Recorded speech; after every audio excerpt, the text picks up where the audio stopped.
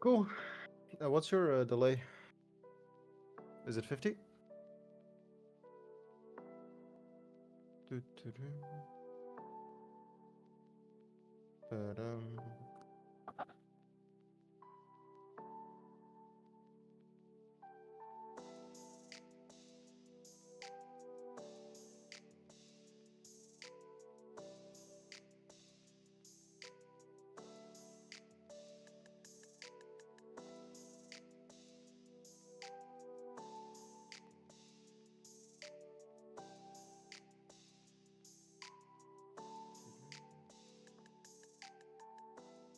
Ba-dum.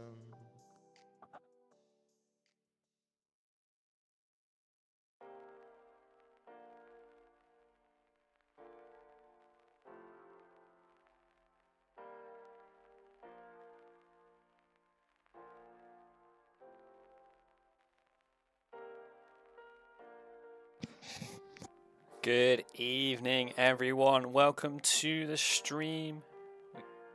Just getting started, just getting some of the final preparations underway for the show match tonight. We're going to see Killa versus Draco, best of 5, Protoss versus Zerg. Looking at an average MMR of about 4.8, 4.9k, so really high level gameplay for you all tonight. I'm joined by Mr. George. He's a Protoss player, 4.3k, really decent player. Feel free to introduce yourself, George. My name is George.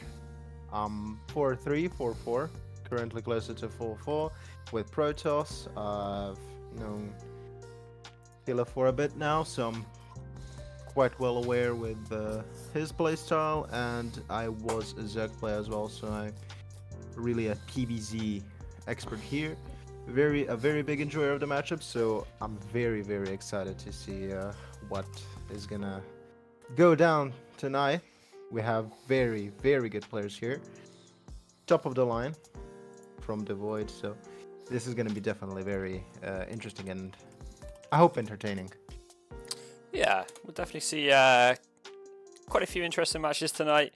Games between Killa and Draco tend to get a distance, so might see some long ones today. Just getting the final touches ready, and then we'll pop into the lobby. First map in this best of 5 series is going to be on Ethereal Oasis. This is a map that's created by myself. The map pool, if you type in !maps, the map pool for tonight will show up. But essentially, it is the ladder maps, but we've rotated out Abyssal Reef for a new map in the Fear Oasis, just because we feel like we want to freshen up that map pool a little bit, and those older maps are a little bit less suited towards that current meta. We're just getting into the lobby now, just getting the players sorted up, and then we'll get started and get underway with the matchup tonight. Yep. And I do really want to go back to what you said, that the Draco versus Killa games go to distance.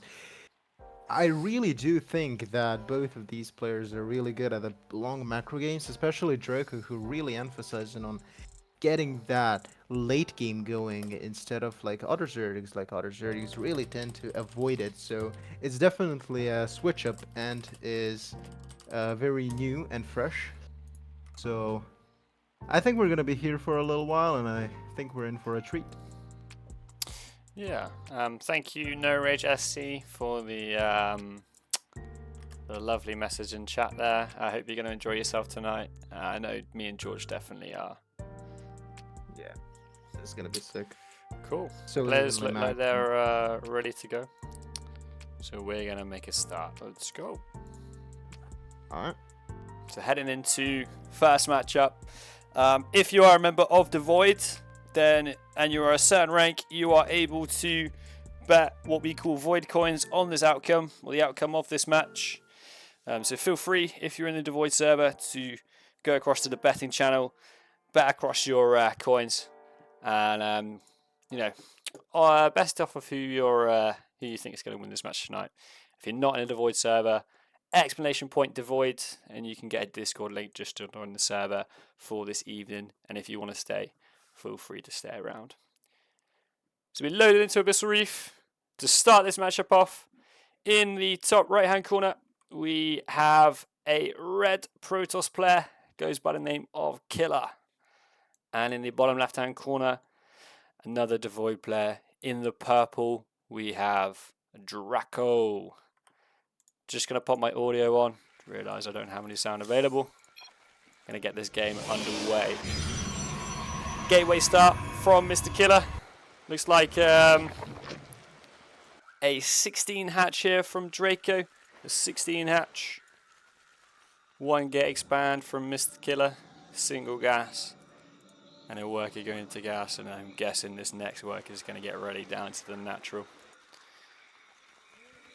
Yeah, this is a normal opener. I mean, it is really what you expect from these two. Just two big macro guys, emphasizing on that macro, flexing those macro muscles that they've got, and they're ready to give us the time of our lives right here on Imperial Oasis. Really beautiful map, by the way, I have to say. I'm looking around here, looking at all the details, all the, color, and my eyes are pleased. My eyes are definitely very pleased. Oh, a little bit of a mistake there from Killa. Doing a little bit of mineral harass. Manages to pick up some minerals on the way. So a little bit of mistake heading into here. Patrolling that probe, just making sure that when there is a drone that pops out either to this third base location or to this third base, or if any lings decide to come across the map, the probe will see it. So just making sure he's keeping himself nice and safe from any lings that do pop out. The drone overlord coming across the map. Just about to arrive on the other side of the map for Draco. Spots that there is Cybercore finishing up, very standard so far. Sees the chrono on the gateway. Sees that warp gate is not researching, so can likely confirm that this will be a Stargate opener from Killa. It doesn't seem like he's going to pop his overlord into the base. Shows Killa a bit of respect, trusts him that he's going to go for that Stargate opener. As a pylon goes down on that third base of Draco, just delaying that third base. Meanwhile, the Adept's popping across the map. This Adept looks like it's going to be trying to snipe off that drone. The drone at the third base before that third base can go up. Doesn't look quite like the Adept's going to get her in time. The Adept shades in, try to get some swipes onto those Zerglings. Doesn't quite manage to get anything. Decides to shade in. Sees the Lings chasing by. Scouts the drone count. Killa's happy with what he's seen. Sends the Adept home. Likely going to go towards that third base. Potentially do another shade. No, it decides to shade back towards that third base location. So we're likely going to see the next pylon for Killa go up at this third base. And then that Nexus go down as well. Yeah, he doesn't want to risk that Adept. He knows that Link speed is soon gonna finish up, and losing that Adept is really gonna hurt his defense if Draco ends up making additional Zerglings and, tries to put some pressure on. The Oracle is out. We see Sporefall is coming for Draco as well, who's just making drones, is happy. Now, we do also see the additional Zerglings, so I'm assuming that we're gonna see some pressure on the third. Just trying to, keep Killa honest and making at least a bunch of units here. Now, a Twilight and a Robo for Killa. This is interesting. Twilight Robo, yeah. So usually in this matchup, we see that second Oracle, we see that Twilight Forge. What I think we're going to be seeing here is we're going to see this Stargate opener, and I predict we're going to see this alongside what seems to be an Archon drop. I know, is it Liquid Mana who plays this build? Mr. Mana himself. I think it's a new build, current development, sort of in the last month or two. Likes to put down that Twilight, put down that Robo at the same time as the Twilight when it should really be a Forge. See that Templar Archives going down, see these two gateways, so it looks like we're going to head into a delayed or sort of an Archon drop here. You can also see an Archon drop off of a DT opener, but it looks like Killa's going to go for a little bit more standard variation of this one. Just scanning around with the Oracle, trying not to take too much hull damage, getting that scout, killing a couple drones here and there, 2 drones go down, getting that War Prism out, Once this Templar Archives finishes, I'm pretty sure we're going to see potentially 4 High Templar come in, and 2 of those Archons go down. Lovely stasis on that 4th base as well. It's a shame that Draco goes for the linear 4th instead. The creep really did give away that he was gonna go for the triangle base, right? Like, it's really easy to look at a creep spread and see that Draco is focusing on the left side and put the stasis there, but Draco decides against it. Goes for the linear 4th, awkwardly expanding towards Killa's 3rd base here, so it is definitely interesting, yeah. 4 Templar being worked in. Exactly what we thought was going to happen. Yeah, exactly. It's really good for keeping the Zerg occupied and keeping the creep spread at bay. Wouldn't be surprised to see this Oracle pop down and potentially a stasis falling for the natural here. You see these Archons dropping in. These Archons can trade for quite a long time against these Zerglings. Woj Warren isn't available at the moment, so there's no Roast Warren. So these Archons are going to do a decent bit of damage before the Hydra shoo away the Archons and the Prism. Looks like we're seeing a quick Lurker Den from Mr. Draco. Just grabbing those Lurkers out, trying to secure, make that game stable, and really play to his strengths as a player. Draco definitely is more favoured in the late game. Very solid late game player. So it makes sense for him to pop down that early Lurker Den. Make sure that he gets up to that hive tech with that infestation pit as well. Yeah, I'm not gonna be surprised. But yep, we are seeing that 5th base coming up now. That stasis from Killa coming in here, denying that 5th base for a while. It's more of a psychological damage. You can always like take it on the right side, but it's more of a psychological thing. And Storm coming up for Killa, charge +1. He's going for the classical ground army here with another robo adding in now. Hive starting up also for Draco, who is likely going to be turtling up, getting those lurker upgrades, and soon probably getting those fires. Get double fire out, get some corruptors in like a minute or so from now, and try to counter in advance that Stargate transition that Killa is most likely going to be going for. So we just saw a cancel on the 4th base by some Lings here. Zala's going to try and shoo these Lings away. In the meantime, a couple of Adepts made their way to this linear 4th base from Draco. Managed to get cleaned up by some Hydras that were on site. So cancel on the 4th base, and some Adepts going down across the side of the map as well. 5th base is on the way from Draco. Interesting to see that it doesn't go for this hybrid base here. Potentially concerned about the attack pathway. Potentially concerned about defending this base due to those vision blockers up here. Be interesting to see whether either player decides to take these gold bases a little bit later on. Lings funneling across the middle of the map here with some Hydras with them. Killa currently a little bit unaware as to where the army is. Has no idea. Does spot some Lurkers. Not sure if he quite sees them. Is unaware if any units do pop across the middle side of that map, so really does need to make sure he knows where that army is going. Well, equally, Draco just about aware of what Killa's doing, so knows the army's on the right side of the map, is currently unaware of that prism, however, is going to spot this prism very soon, popping across that left side of the map. So it's interesting to see whether he'll respond to this or not. Spots the Zealots coming towards this 5th base. May spot the prison coming towards the main. Yeah, Queen is in position. Not sure if this is going to be enough though, as a Viper pops from that hive over there.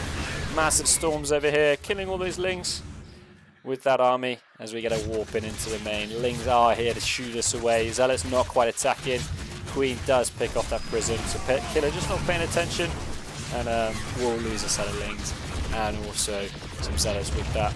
Really nice job here from Draco, just leveraging that high ground with those Lurkers. Revelations do go down with the Lurkers, so Killa will be able to track this army for just a little bit longer.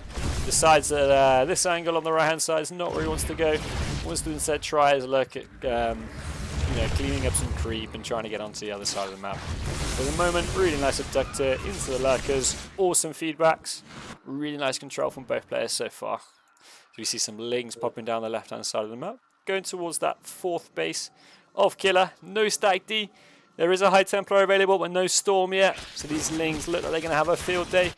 Meanwhile, in the middle of the map, we've got some lurkers shooting away at those High Templar. 2 High Templar going down for free. Storms, massive storms going down, but 23 probes on the left, on the top side of the map go down. Lings really making their money worth as the army of Killa is getting cleaned up.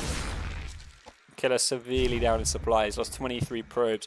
A really difficult position for Killa to come back from. Draco, it's just been pretty solid all game, to be fair.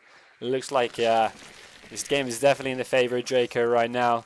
It would be nice to see these lurkers potentially getting that siege up position, so sieging up between these bases right here. Really strong spot on this map.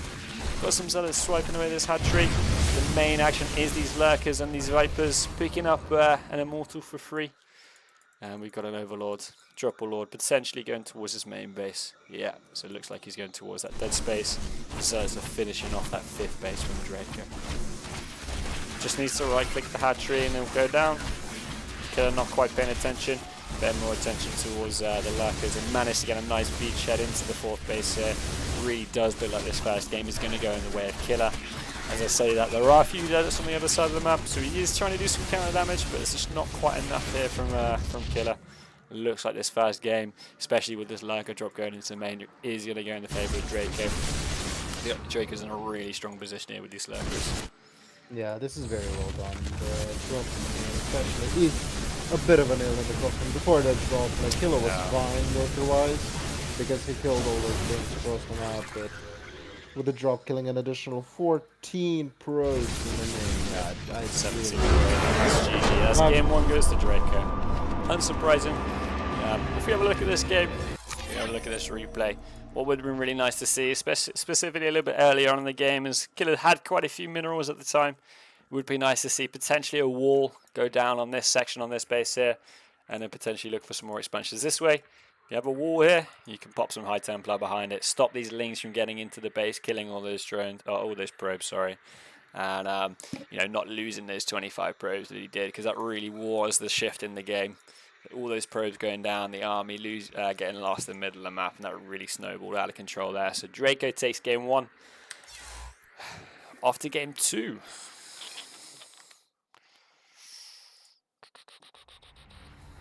Yep. So, that was a nice game. What do you think about game 1, guys? Feel free to pop a message in the chat as we get this second game underway. Feel free to let us know your thoughts. Let us know what you're thinking. This map, Mr. No Rage, this is my map, so it's a map that I made myself.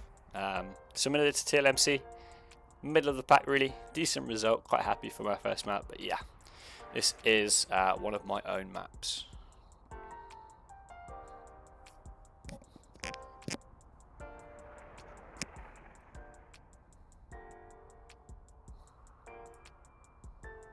Alright. Cool. Right, map 2 is Frostline. So we're going to head into Frostline, just going to get this lobby sorted out, and then we're going to get the second game going. Thank you very much, Winter. Yes. Oh, sorry. Great with mods. Gotta get the WCS game pod in. Indeed.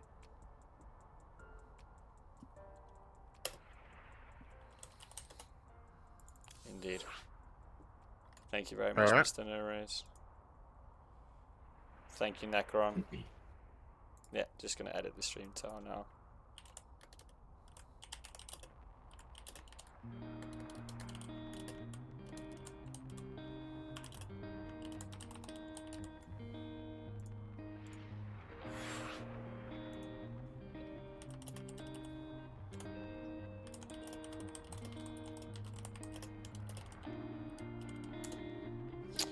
Give me 1 second for my heart rate to drop to healthy levels for Draco. Yeah, just a little bit of banter for the between a couple of the players here. So it's nice to see. Just gonna turn. Yeah, it's in the chat just saying that George audio is just a little bit low during the action, so potentially have a look at that. Oh, okay. Ironic a bit because I'm known as the talky guy. A talky. A very talky. Yeah, Pacino guy. Yeah. There we go. Cool. So we're just waiting for players to get ready for the second game. Lots of support for Draco here, or Draco. Really good to see. It would be nice to see potentially some Killa fans from French persuasion making their voices heard in the chat potentially. Like yesterday, we had a lot of support for Killa and Acidium. From a specific guy from Somalia as well, and from a French guy. That's cool. A lot of cheerleadering going on.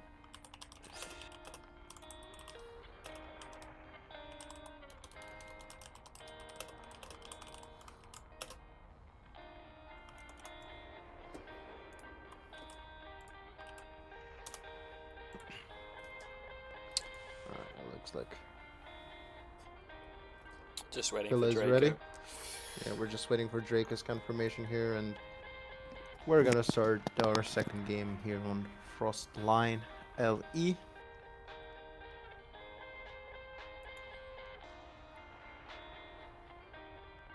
Just waiting for his heart rate to drop down to healthy levels, I guess.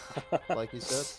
So Frostline's an interesting map. We'll talk about it a little bit more in the game, but there's not a lot of bases on Frostline, so the late game does go on Killa, get him, remove his lungs, and fascinating. Interesting. So yeah, games on Frostlight do are a pretty interesting dynamic with the bases and the way that the map's laid out. Looks like both players are ready to go, so we're gonna go get ourselves started as I just drop off the music very quickly, switch into the gameplay, and let's get ourselves started for that second game. Yep. So game 2, popping in 1-0 to Draco. Some definite improvements, some quite low-hanging fruit here for Killa to have a look at in that next game, potentially making sure he's just following those basics, just securing those bases, spending those minerals, and we'll see how this game plays out. So on Frostline, the score is currently let's sort these out, and we are looking at a best-of-5. The score is currently 1-0 into the favour of this man. Our purple Zerg goes by the name of Draco, and currently trading in this series, our red Protoss, part of the DeVoid clan, goes by the name of Killa. Already got an extractor trick here from Mr. Draco. Any sort of benefits for that for the Zerg player, do you think? Well, it's not that big of a difference, of course. It is the hatchery is gonna be around the same time. It is just small calculations in the minerals that we had Lambo said and calculated. So Yeah, Lambo's just a been putting tad out bit some of good, advantage. decent content, hasn't he? For those Zag Yeah. players. Quite helpful content as the probe for Mr. Killa just decides to chill, checks the hatchery timing, he's happy with it, decides to go towards the third base, confirms there isn't any 12 will coming his way. Yeah.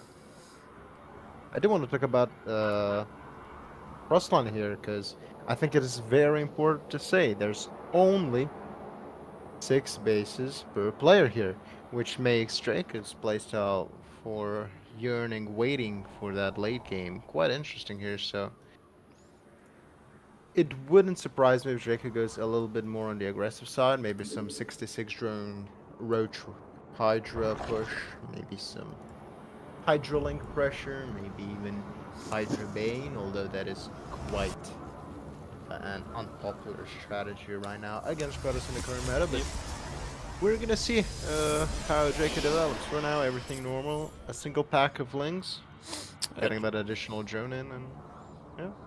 Draco spotting that this cybernetics core is not spinning at the moment, spinning a little bit later on, so confirms that potentially there might be a Twilight Council. Killa doing a decent job here of faking that Twilight opener. So it looks like we're going to see a Twilight opener, potentially see a Robo when we get to 100 gas. Currently does have 5 workers on that saturation, so not quite. Do we see a Robo go down, or do we see a Do we see a Stalker coming out as a second unit? Twilight's finished. Do we see the Adept coming across the map? Just scouting around. Interesting to see what comes up. Yep, Robo goes down on the wall. So it looks like we're heading towards a DT drop in this game. Potentially DT drop or glaives. But once we see that 150 gas, I reckon we're going to see a Dark Templar Shrine or a Dark Shrine go down in the mineral line of Mr. Killa here. There's that Dark Shrine. Yeah, towards a DT drop. Adept just chilling on the other side of the map, getting some info. Spots the third base, knows where the location of that third base is. So we're likely going to see a Warp Prism, we're likely going to see a Worker Cut when this Robo finishes to allow that Warp Prism to be warped in. Potentially see a Chrono, and we're going to see some DTs get warped in this third base momentarily. So in the next minute or so, we'll see some DTs over at this third base. There's the Warp Prism, there's the Chrono. There's the 3 extra gateways, so we're looking at a 4 DT drop. This is scouted, so this is scouted by Draco, has seen the Dark Shrine. Third base is just finishing up, so it wouldn't be surprising if we saw potentially some Spore Coolers going down. Yeah, Spore Cooler in the natural, Spore Cooler in the main, and a Spore Cooler at the third base. So it looks like Draco is nice and set up for this DT drop as it comes through. Really slick timing here from Killa though. 4 DTs, getting them across sort of 4 minutes 30. As Draco sees that Warp Prism come across the map. Needs to have his units in position, otherwise this Spore Cooler will get swiped away in time. Although the Overseer does come out in time, so a really solid response here from Draco. Doesn't look like this. Storm coming from Draco here, which is very interesting. I was about to comment on his low worker coming out. I didn't see a Night Storm. Night Storm is definitely a wild fold. Yep. Overlord's supposed to come out.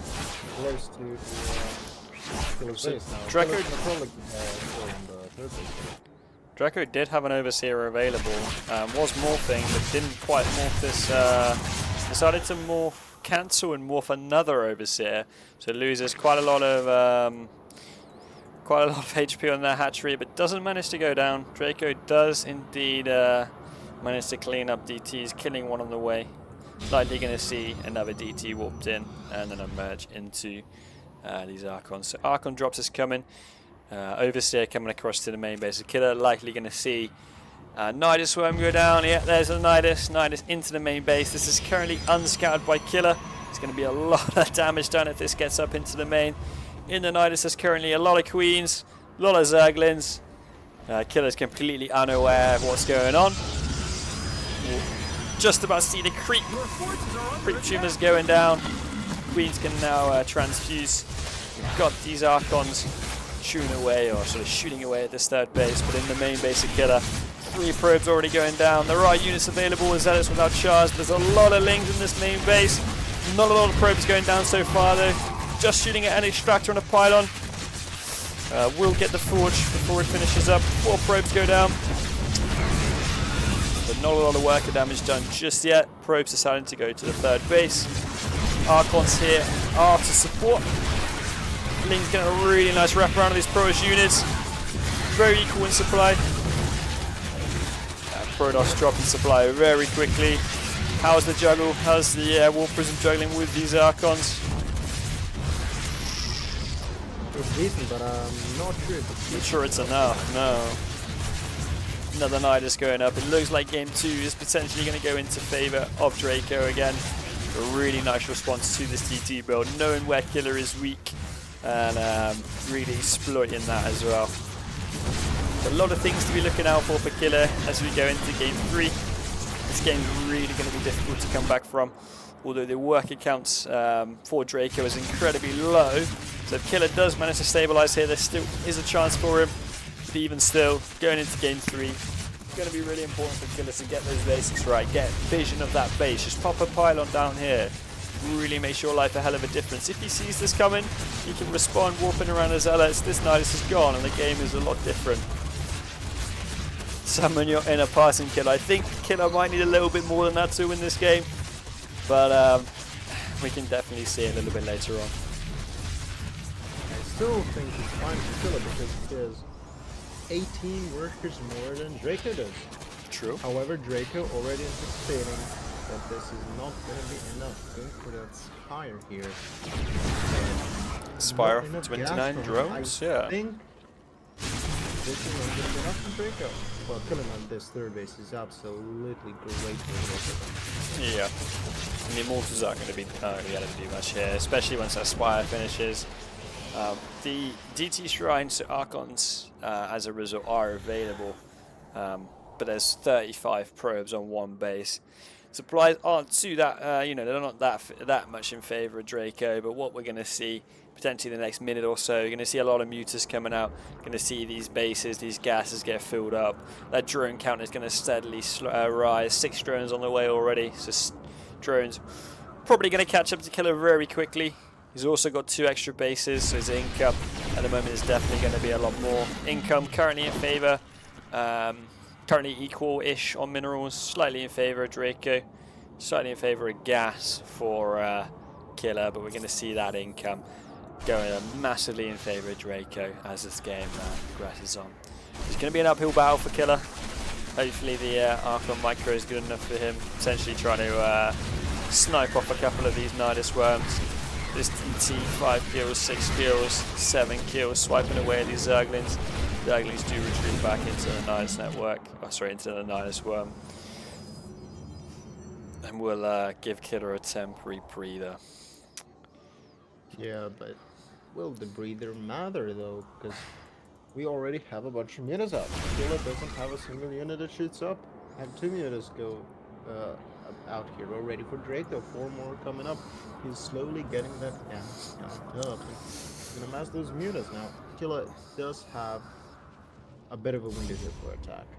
He's got Immortals, Zealots, a single Dark Temple for help. If he doesn't kill Draco right now, I think he's gonna be very tough. Winners are out, decides to just GG, so there's 2-0 in the series to Mr. Draco. Really masterful use of that Nidus there, really making sure that he's taking advantage of those weaknesses that Killa's present, and would be nice to see potentially a little bit of a later game in game 3, but as of now, 2-0 to Draco as we pop into that third match as well.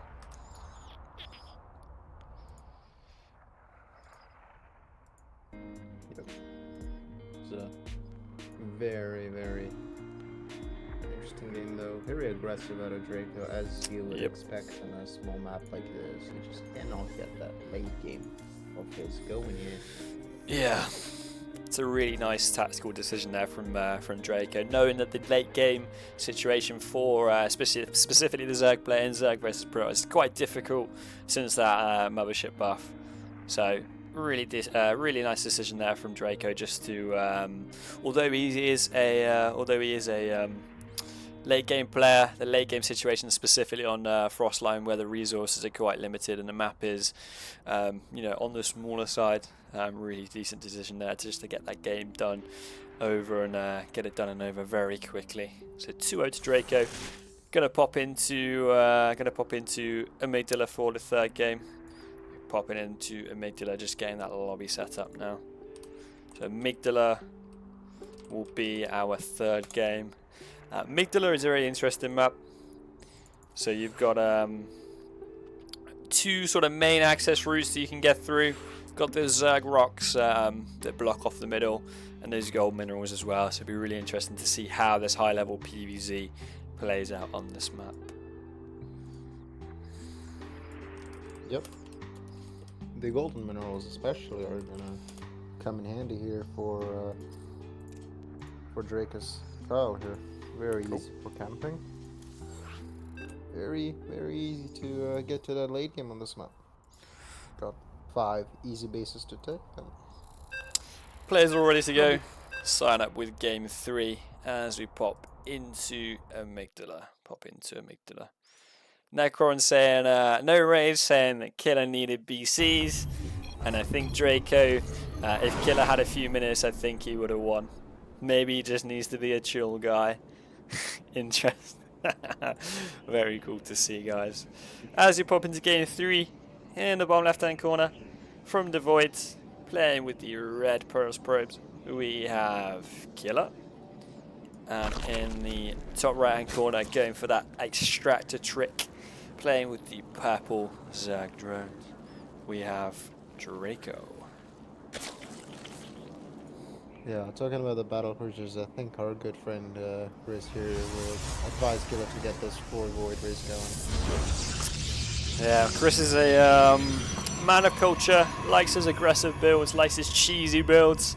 Very interesting to see when he pops into the Discord with a new cheese, and has taken down Killa a couple times, despite being a little bit lower MMR. So it would be interesting to potentially see some cheesy builds here.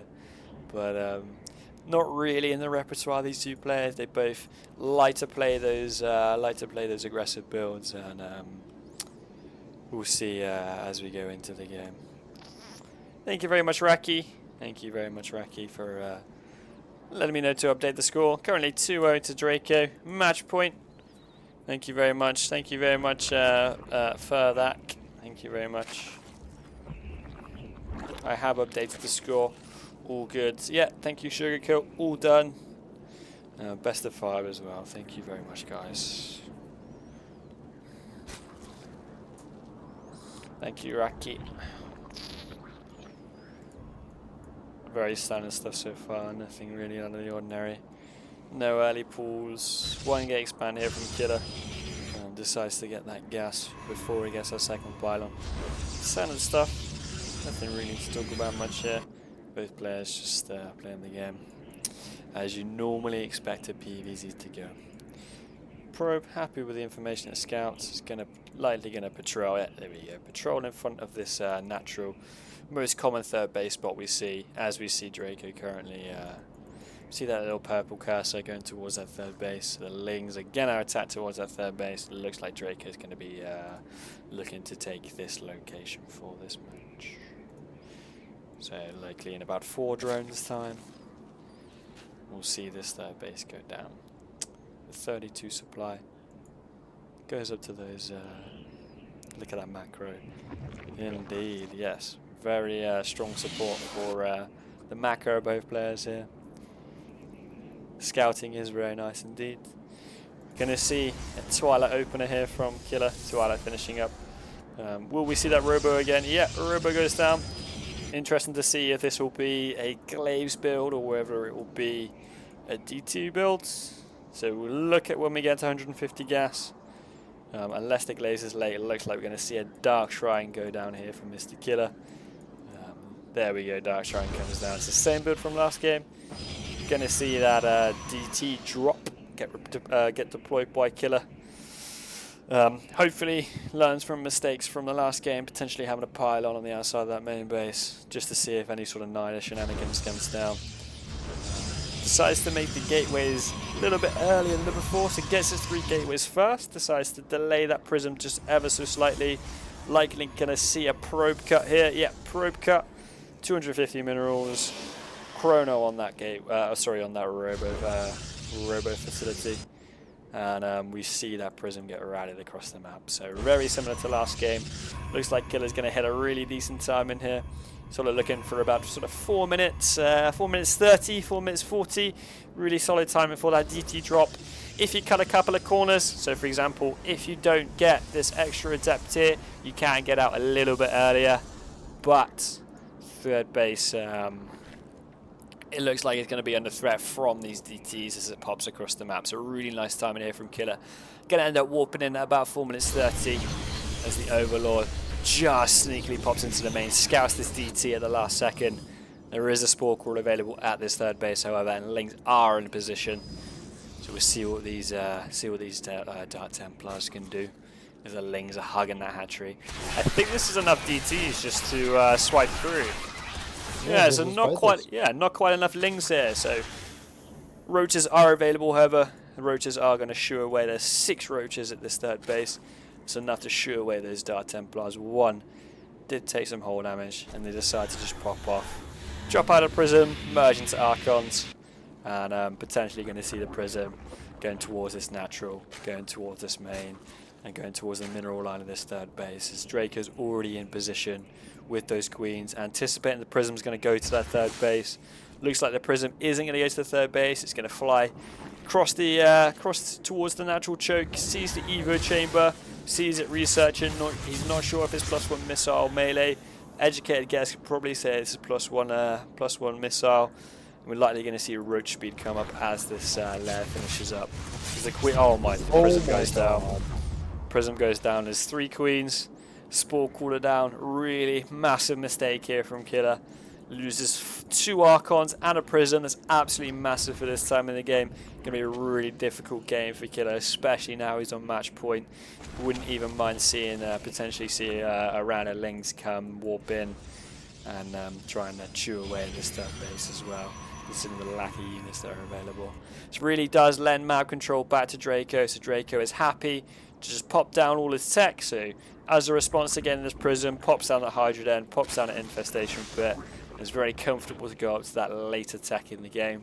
As we see +1 missile about halfway done. We see some Ravagers coming through. See that +1 from Killa? See that charge? So very standard game here so far, except that our Prism has unfortunately gone down. Looks like Draco's going to go heavily into those roaches, and likely going to be seeing quite a strong attack here from Draco. These 2 Immortals do mean business, but 2 Immortals are going to struggle against this supply of the Zerg. Currently about 40 supply down in this Killa. Although the supplies of Zerg, specifically the Roach and the Ravager, is highly inflated. Protoss is known for being quite an efficient race. Definitely can make up that supply deficit with something along the lines of a Templar Archives, and the units that come out of those being the High Templar and that Storm. So really interesting to see whether that Storm is going to make a difference once it comes out. But we'll see as we develop into a bit more of a normal macro game for this one. No Nihilist shenanigans, no Spire, none of that. So we're developing into that normal macro game as a Phoenix just pops across the map, trying to get a scout into the main base from Killa. Overseer sees the units going towards the 4th base, sees the probe, so knows that 4th base is going down as the Zealot cleans up the Zergling on that watchtower up there. Yep. And I think Draco could have jumped on this. However, he's choosing not to. He's really too passive, I think.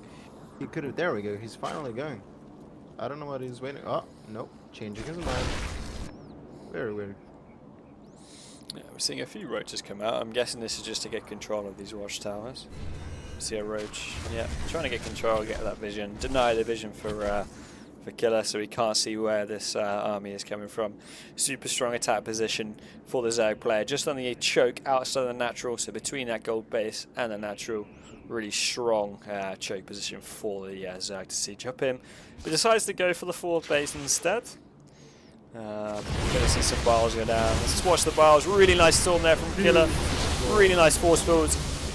Amazing storms here from Killa. Really nice storms. I'm not sure if this is going to matter though. Immortals are still alive, still shooting away.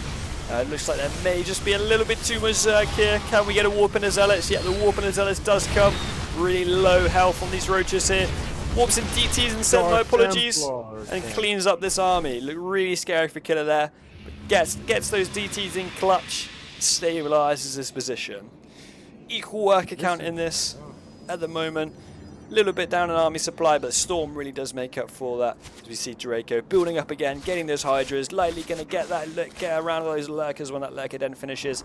Hive is available for the Seismic Spines and for the Adaptive Talons, so we're likely going to see those Lurker upgrades coming up very soon as we see the first round of Vipers pop out of that lava. Draco going to go for another attack. Is there Storm energy? Yeah, 2 Storms. So we currently got 2 Storms available for Killa. Very soon going to be all the way up to sort of 5, potentially even 6 Storms. So Draco decides to respect this Protoss army, decides to respect that Protoss pool, and takes that gold base and backs off home. 1 DT. Killa now posturing. Yeah, Killa's posturing on the edge of the creep. Feels strong here. One Storm goes out, is he going to get a feedback on that Viper? Doesn't quite see the Viper in time. Viper's going to be chasing away, doesn't decide to follow along, probably scared of getting feedback. on that Viper. So Killa's army just posturing around, sort of outside his forward base. There's Draco, just checking where the army is at. He's going to chill out, wait for these lurkers to morph, potentially do a move across the map as these zealots. Little zealot run by finds its way up to the watchtower in the top left-hand corner of the screen. I must say though, this 5th base from Jake is quite a bit late, man. I don't know why. He probably got carried away with the attack on Killa's 4th base, but him delaying his own 5th base now is really hurting him. The worker count actually being ahead. Killa being ahead in the worker count. 84 probes for Killa. Pulling a bit of a George here. Viper's yoinking. Does he get a feedback on that Viper? Not quite. Gets another really nice yoink on that Archon. Doesn't have it. Doesn't have a massive storm here as the Zealot run by goes into the left-hand side base. Just going to right-click the hatchery here. We'll see if this hatchery goes down. Going to be very close. Transfuses the hatchery. Doesn't quite get the hatch, and the hatchery does go down. So the 5th base, the 4th base of Draco does go down for the price as Zealot run by. Doesn't quite get it for free though. Loses a couple of Archons on this side of the map, but a really decent trade there from Killa.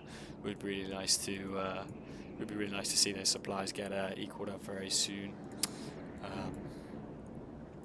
See that double Stargate just finishing up from Killa, so we're likely going to see a fleet beacon go down, and those Tempests get pumping as well as +1 air weapons comes out. 2 sentries coming in, makes sense from Killa. Sentries are a really solid unit, very underrated unit. The Guardian Shell ability on these are really sound. Although, since the Ravager comes out, the force field isn't that effective. It's more for that Guardian Shell and for those hallucinations if you need to scout. Zealot run by going up on the left-hand side. Gonna meet with 2 lurkers and a bunch of roaches. Decides to go across. That's just gonna get shooed away by those lurkers as we get the first sort of lot of oracles coming out. Fleet beacon going down. 3rd Stargate going down. That's +3 ground weapons going to finish up for Killa here. The first oracles coming up. Decides to kill these rocks as there's a fight going on the right hand side of the map. Lurkers are in a decent position in that choke. Killa splitting up his army, getting really nice storms on these lurkers. Blinding Cloud goes down, really limiting the range of those immortals. Really nice storms here from Killa though. If we have a look at the units lost tab. Resources lost tab in favour of Draco at the moment. Quite heavily in favour of Draco as well. He's currently about 2,000 resources in the lead. You can see those lurkers going towards the 5th base of Killa here. Cheeky to double expand here, so the 5th base of Killa goes down. This is technically the 6th base. Lurkers are going to clean this up as an Oracle is forced to come over and reveal these lurkers to allow these well, there's no units to clean this up, and the lurkers and the roaches decide to go home as the Zealot run by. Probably not going to do much, runs into a wall of lurkers and doesn't even get cleaned up. Zerg players out there, very satisfying for you guys to see. As Killa just pushes his army on the top of this ramp here, making sure that Draco cannot set up any sort of beachhead up on this high ground. Vipers searching, really nice feedback on those Vipers. Viper's going to put back home, go slurp on some hatchery, there we go. Decides to use that consume ability on the hatchery to then regain some of that energy. But really nice feedback there from Killa. Tempests are out, fast lot of Tempests are indeed out on the field with a mothership coming up. We're going +1 shields, 1 Stargate. Was just missing a rally point initially, so we've got 3 Tempests out. Essentially, the role of those Tempests are to work with the Oracles, so there's an Oracle in here. The Oracle has the role of tagging these lurkers. If Killa was more aware that there wasn't much anti-air, wasn't many corruptors around, there's not that many corruptors out at the moment, these Tempests should be able to go to town on these lurkers with the High Templar storming away those Hydras, but Killa just not quite making use of that opportunity just yet. Roaches breaking down these rocks, making themselves an easier route down to this base, just in case Killa wants to take it. But quite passive from Killa here. Really does have the advantage at this point in the game, just based on the fact that the corruptor count is non-existent for Draco. Yes, Vipers are out, but you have this High Templar. you have those feedbacks, and you can really make those Vipers back off. Decides to get some Spore Crawlers there. Really nice move from Draco, just in case these Tempests from Killa decide to overstay their welcome. But Killa, he's maxed out. He should be trading here. Should be making use of that advantage as the first Corruptor does make its way out of the lava. So a little bit frustrating for the Pros players here. Need to see Killa making more use of that army. I think he's just waiting for that mothership, and then we should see this Oracle go forwards, attack this army. We'll likely see there's no Corruptors yet. Tempests are likely going to go forwards and start shooting at these Lurkers while they can. Yeah, this is a real, this is a whole lot of Lurkers, man, but And there's, Draco having a single lonely Corruptor here. Yep, only one Corruptor, really needs to take advantage of this. You're going to another tag, gets a tag on the Changelings. Storms for Changelings, interesting use. These Hydras are split away. The Roaches would be nice to see. There we go. So Killa is putting in some stack D here. Does have that secondary army available just in case these Roaches decide to get a little bit fruity. Start spitting away at some of these bases on the left-hand side here. Still need to see some more aggression here from Killa, as Draco is currently stuck with not a lot of supply in the air. He's currently maxed out, can't make any more Corruptors, so he's only got his single Corruptor, doesn't have the supply to make any extra ones. So really needs to see Killa taking advantage of this. Not a lot of supply in the air. Yeah, I don't think he actually needs to be that aggressive. Honestly, just sniping the Vipers here constantly is gonna be really, really good for Killa, because in reality, there's nothing to counter Tempest here. There's only a couple of Corruptors here, only one here, a bunch more on the Ferocious but it's really, really bad Corruptor camp, man. Sniping Vipers here, he can definitely snipe these three easily, as well as the Corruptor. Top left base here. These Roaches really just want to get rid of these. Try and get the best trade you can, because you're really, if you're Draco here, you're really lacking supply. So the DTs, the invisible men, are making their way across the map. Yeah, once again, the two DTs here. Going to that third base. Sneaky from Killa here. Going to the third base. No spine crawlers. No spine crawlers. He's gonna target hard that Spore Crawler. But the Roaches are again here, and gonna bring this up. A lot of drones. Two drones going down. Not an optimal trade. Killa finally deciding to pull the trigger a little bit. Tag this army. Gonna see these Tempests coming forward. Try and get a snipe on some of the Vipers there. Doesn't quite get the Viper. Does not quite get a Corruptor. Picks up one of those Lurkers, and then decides the Lurkers are going to back off. Templars coming forward just in case those Corruptors decide to get a little bit fruity, as the Roaches make their way towards the natural. These Roaches are going to be a bit of an annoyance for Killa. Sniping that Cybercore just to get those air upgrades finished. Have 3 nets in supply for 10 Corruptors that come onto that production tab. Makes sense, as these Corruptors are going to get sniped by the Tempest. Revelation going forward. Those tectonic destabilizers are now available for Killa, so we'll be doing extra damage to those buildings.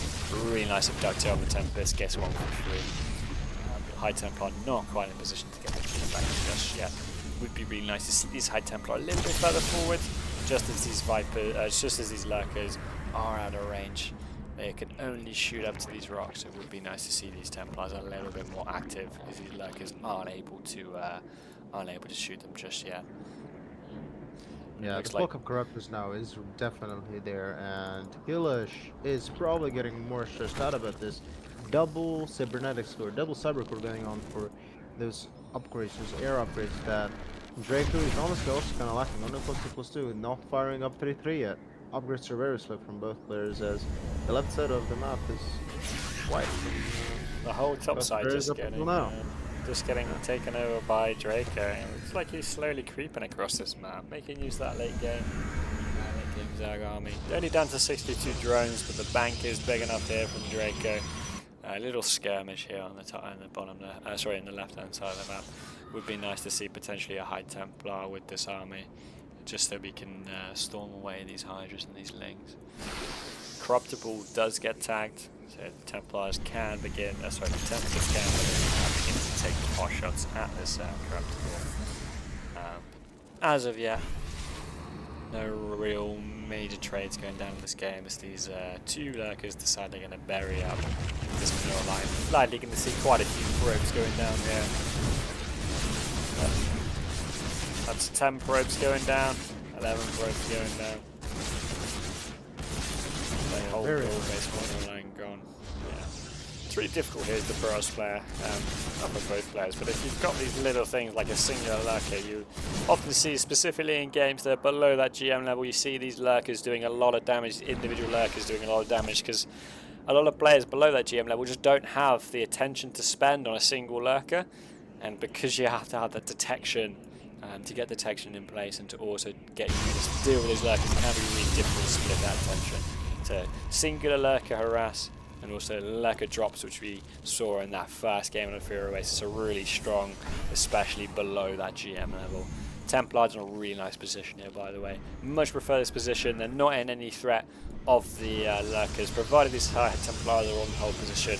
Really big fan of this. Like the cannon creep, just would like to see an extra pile on it. But really nice cannon creep here, protecting this army, giving it a staging point as this secondary army from Draco decides to meet some cannons on the other side of the map. The mothership does come over, offering that recall opportunity.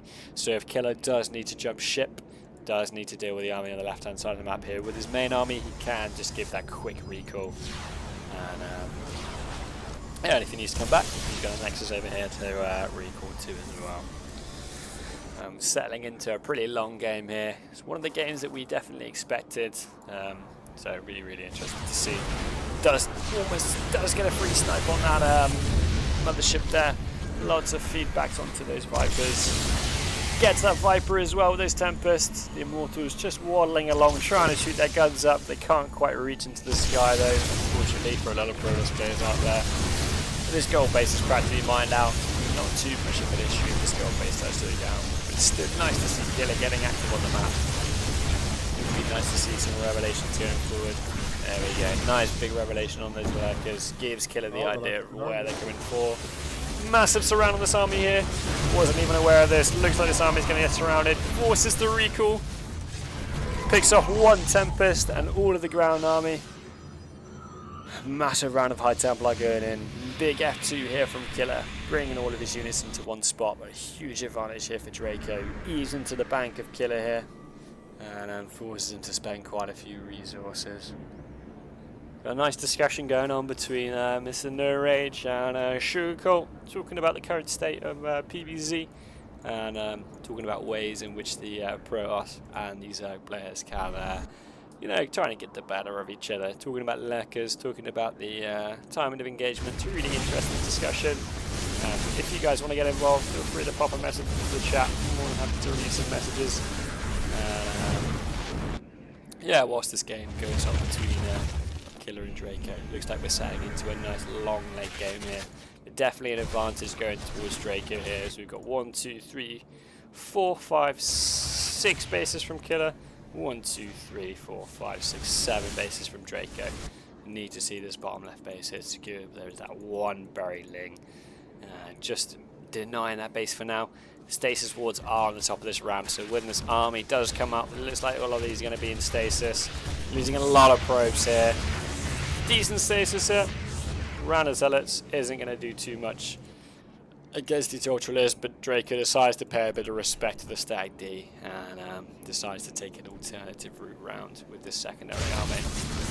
Just a little skirmish between the Lurkers and the 10 facing the Queens here. 2 Lurkers, potentially 3 are going to go down for free. 2 Lurkers go down for free here, as we see some of the Lings in stasis, about to get released at Killa's gold base location. Templar's going really far forward on creep here. Yeah, very bold. But that's what you need. Really nice abducts here. Gets 2 Tempests.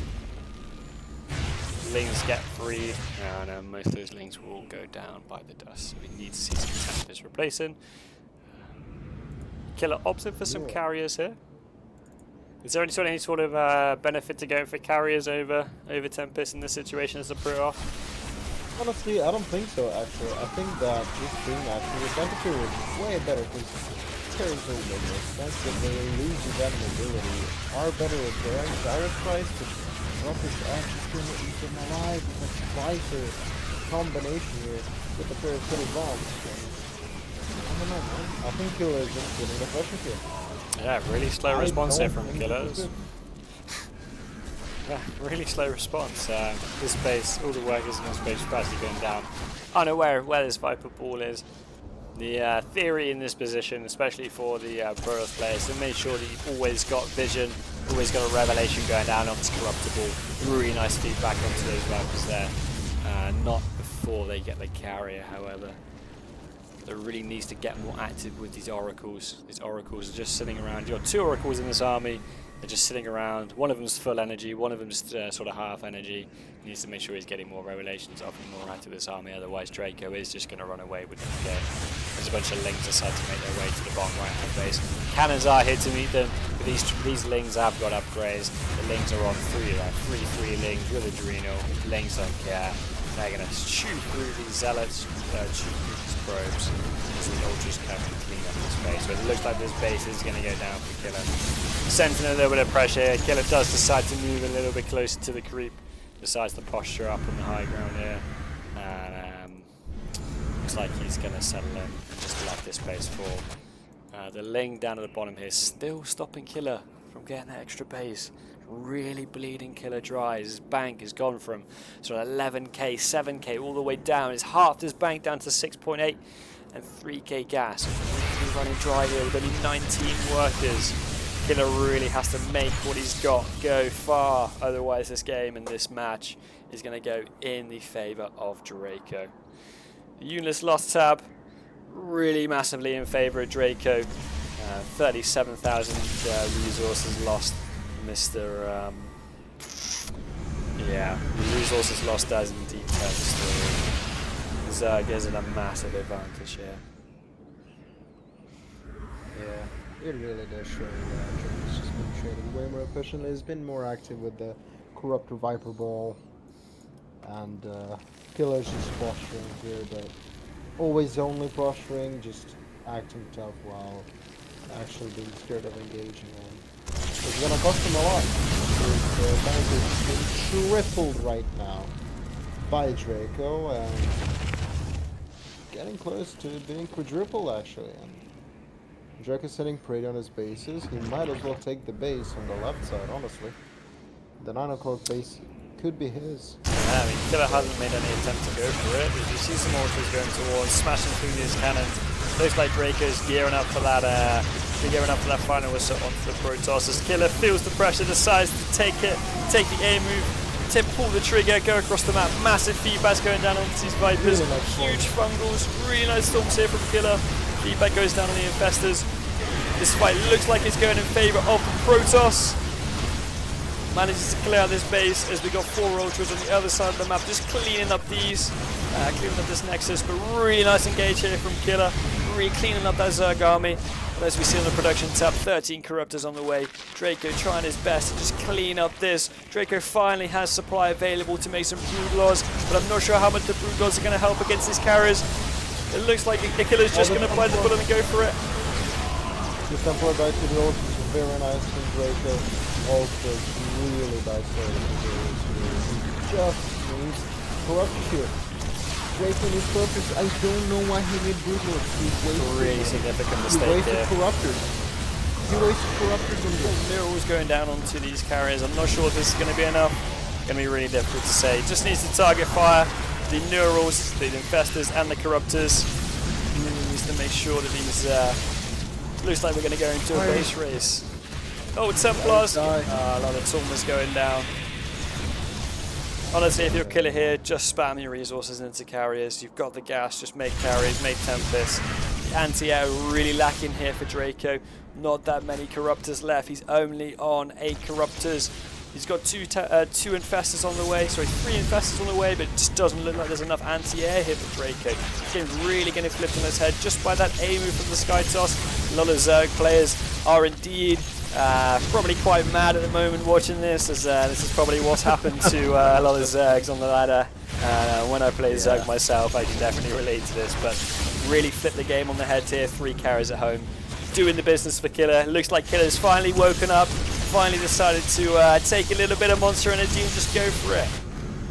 That was a very nice pulling of the trigger from Killa. That fight was immaculate. The Stormers were on point. Everything he did in that fight, split-second decision making, very good placing on the Stormers, very good feedbacks. Everything was immaculate. The engagement really scaling his butt right here.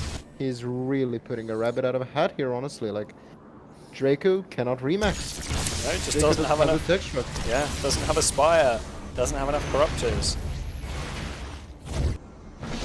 So we've got 10 Corruptors, 2 Ultras, 7 Hydras, an Infestor, and 4 Vipers versus 13 Carriers and 7 Tempests. Yeah, we see Killa taking the right side base, the 4 o'clock base here, which I really do like. This is very difficult to engage into if you are Draco, and honestly, this is really good for Killa. I'm really liking his position here. I don't like the passivity again, but I don't blame him. The game is very on edge. It's very difficult to judge your situation right now. Only Killa, 8 probes remaining though. Killa doesn't have any income at the moment, so he really is in a timer at the moment. He's only got minerals. He can't replace any of these gas expensive units. He really does need to make sure that he finishes Draco off. It's a massive Skytoss army though. I'm not sure if the Corruptors is going to be enough. Rinses through the first sort of wave of Corruptors. Just needs to A-move here. Draco, what he's looking for is to try and get these Spore Crawlers potentially in a position where he can engage over them. Although Draco does have that huge bank, he just doesn't have the production available. He's only got 2 hatcheries. Not enough lava. Massive Parasite bombs going down here. Yep. Is there enough Zerg? Doesn't look like there's going to be enough really Zerg. Nice splitting.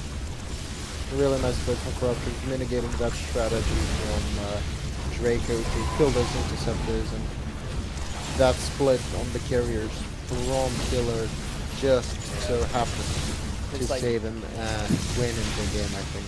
Yeah, it looks like game 3 is going to go in favour of Killa, really trying to get himself a foothold back into this match. Just needs to kill the hatcheries and the spy here, and I believe the game will be over.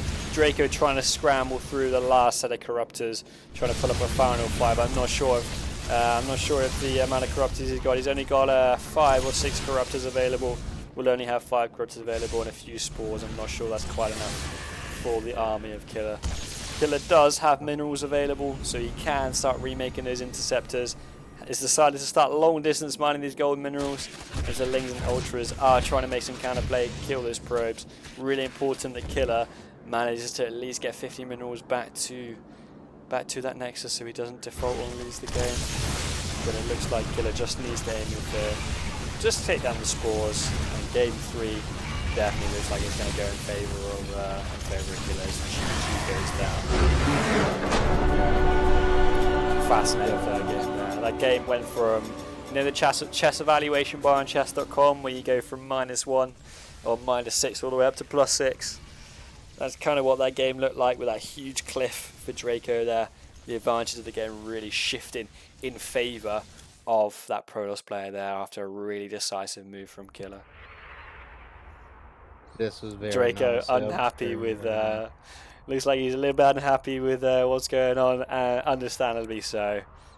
Can be quite frustrating for our Zerg players when they just don't have enough lava, they don't have enough supply for those Corruptors.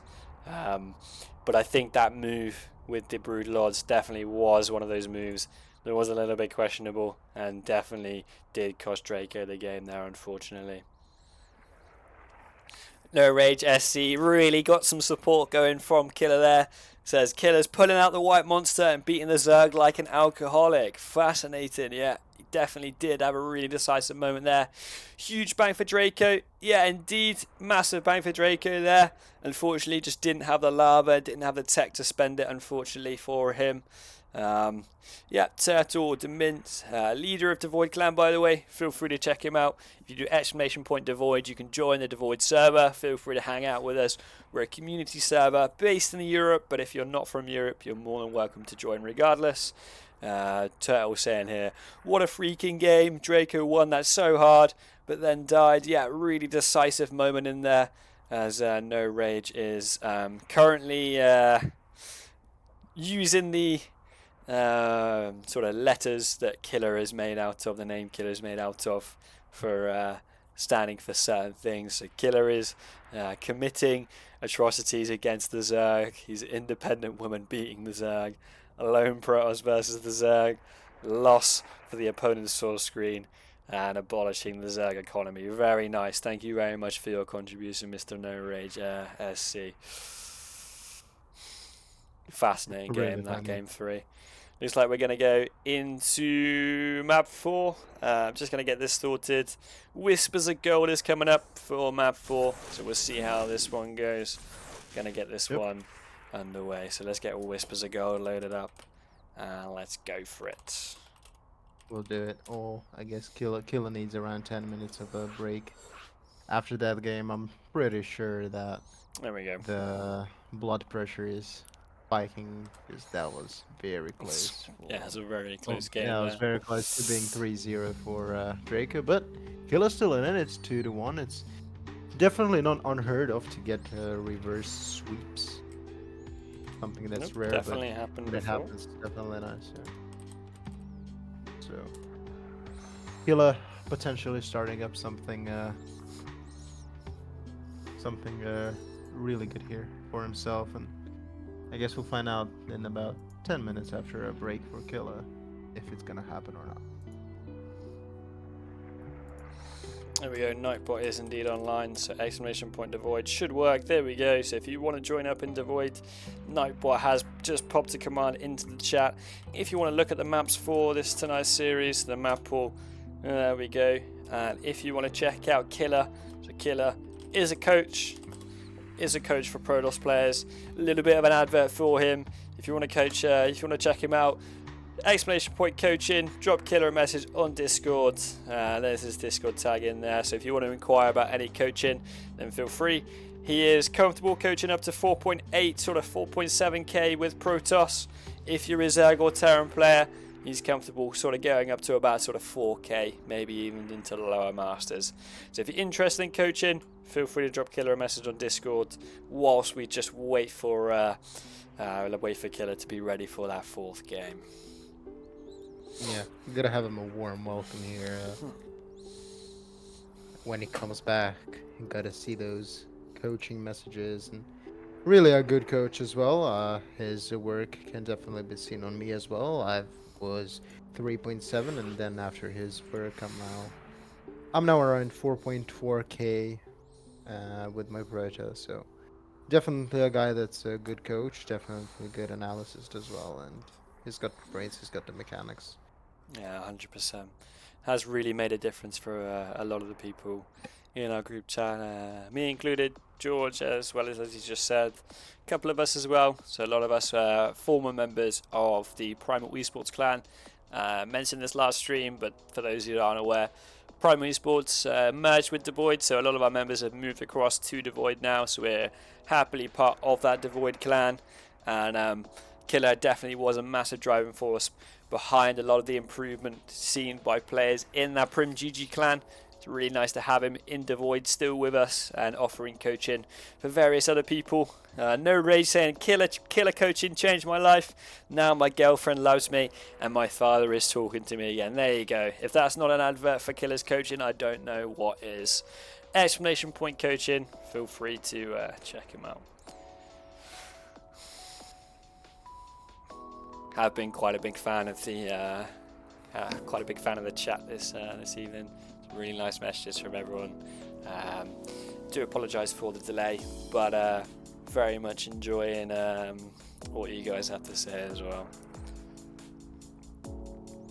No Rage saying he's gone from 1,700 MMR to an alpha male 4,000 MMR. Fascinating indeed. No Rage, just want to make sure, what is your name on StarCraft? I'm not quite sure who you are, but I'm sure we'll find out very soon. Yeah. The leader of DeVoid, Demin, just vouching for Killa as well, saying Killa's helped me through so much. It's really nice to see. really a good guy. Helps a lot of people. Who went from 1700 MMR to an alpha male 4K MMR is definitely a nice change. Really nice message there. Looks like our players are ready to go into game 4. So we're going to go pop into game 4 as just switch over the windows in just a moment. So we're starting off with game 4. Off we go. Let's pop this music off. Let's get this game switched over. And here we go. Loading into game 4 on Whispers of Gold. So what are we likely going to see from this match? What do you think, Mr. George?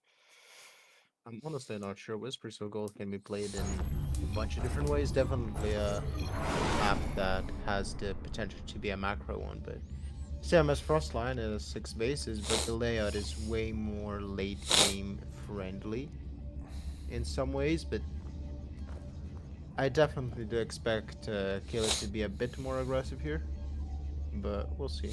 Draco also has that potential to be a bit more aggressive with a bit of a shorter rush distance. Maybe a 13-12 would have been nice. Maybe a 12 pool would have been effective. A 12 pool drone drill is definitely something that Protoss players tend to struggle with because it happens just so rarely. But not gonna happen as we do have that 15 hatch from Draco, and just as we've seen from in the past game. Oh. So, just in case you guys have forgotten who our players are, our red Protoss in the top left-hand corner is Killa, and our purple Zerg in the bottom right-hand corner is Draco. Looks like a very standard game here from both players. 1 gate expand, as we usually see in that Protoss versus Zerg matchup, and a very standard sort of hatch gas pool here from Draco. Rallying those drones into gas, super standard setup. And we've got Seppi Sussy in the chat. Thank you very much, Mr. No Range. Are you indeed Cyril Smurf? Really nice to see Cyril in the chat tonight. We've also got Demint saying before he met Killa, he was a Swedish homo, and now he's a Danish billionaire. So yeah, and that you guys should check him out. So really nice to see some really lovely messages there for Killa. So Really yeah, nice change. exclamation point coaching if you want to check Killa out. Pops his Discord into the chat. Feel free to inquire about any coaching if you feel inclined to do so. Killa's coaching so successful, my head stopped balding. Your head stopped balding. Yeah. he coached my hair follicles to keep producing. But not too much to talk about here. Very interesting pylon position here from Killa. We got an instant warp gate, so it looks like the Twilight Council is going to go a little bit in a more unorthodox spot, trying to get potentially hideaway. There's a Stargate, so he goes for a warp gate, delays the Stargate, so doing a little bit of mind games there on Draco, potentially baiting Draco into thinking that there is a DT or a Twilight build on the way. But so far, it doesn't look like Draco's responding at all as that 3rd base goes down. And got that Stargate coming up. Overlord does make its way into the main. See the path it's on, goes towards the mineral line, isn't quite going to catch the Stargate here. Potentially will swing up, but may swing towards the bottom. We'll see whether Draco catches wind of what's going on. Killa's just using that shade to check the drone count. Killa's pretty happy with the amount of drones that's on Draco's natural, so we'll decide to scout for that 3rd base just to make sure that 3rd base hasn't been cancelled, and then we'll likely send that Adept home so he can take a 3rd base of his own. It doesn't quite scout the 3rd base here, but it looks like he's going to shade and send this Adept back home as he goes for that 3rd base. Draco gonna lose this order probably. He just barely didn't see the Stargate, man.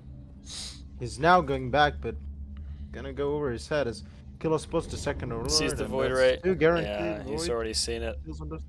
So Killa thinks the void ray has gone unscouted, but the void ray has indeed gone scouted. It just depends if Draco actually saw the void ray. Does get confirmation of that Stargate, and will get confirmation of that Overlord. Looks like Killa was making a really interesting move there. He's skipping this skipping this Overlord to try and hunt down some of those further out Overlords. Essentially, the advantage of this is if you kill the Overlords that are closer to your opponent's base, the ones that are closer to your base are easier to get later on. Yep. So essentially guaranteeing himself this Overlord here. This Overlord can't get back quite in time. May pick up a third Overlord as well. Void Ray just about missing the Overlord here. Spore Caller is at the base, but these Overlords are all getting popped home. We see this Twilight Council, see this Robo, likely going to see potentially a Dark Shrine. Or we're going to see Charge, Temper Archives, there we go. So looks like we're going to go into that Archon drop. Does need to get rid of this Overlord in the main base though, because the Overlord does indeed see the Templar Archives. As you see that purple little outline on that Templar Archives there means that Draco has seen it. So Draco is aware that there is a Templar Archives on the way, isn't aware of the Robo, but can likely be assumed that Killa is going to go for that Archon drop. So immediately pops down a fourth gas, a sixth gas, so he grabs a sixth gas. In response, pops down that Roach Warren, +1 melee. Those Archons are going to do pretty strong for now. Overseer is going to get away. Cheeky build there. Cheeky move. Making that Overseer last for a little bit longer. Prism is going unscouted, however. So he's unaware of the Prism coming across the map. Ling's trying to get into that natural. Picks off one drone for free. May pick off a second one, decides to back off. Warping in those 4 High Templar. Lings may get on top of this. Oh. Draco just a little bit unaware of these Lings. Just isn't quite watching the screen. And doesn't see these Archons. Hydra's available. So we're looking for a +1 melee Hydra right here. Usually we see this with a +1 missile. So the +1 missile attack in response to a Stargate opener has been a little bit more popular recently. So it's interesting to see this +1 melee. I'm sure if we had Lucidium in here, he'd be more than happy to explain why he himself, for example, prefers that +1 melee. A little bit unorthodox. Yep. Draco trying to get the snipe on the Warp Prism here. Really careful micro from Killa. Doesn't lose that Prism like he did in that second game that we played earlier. Or sorry, in the third game that we played earlier. Fourth base looking to go down.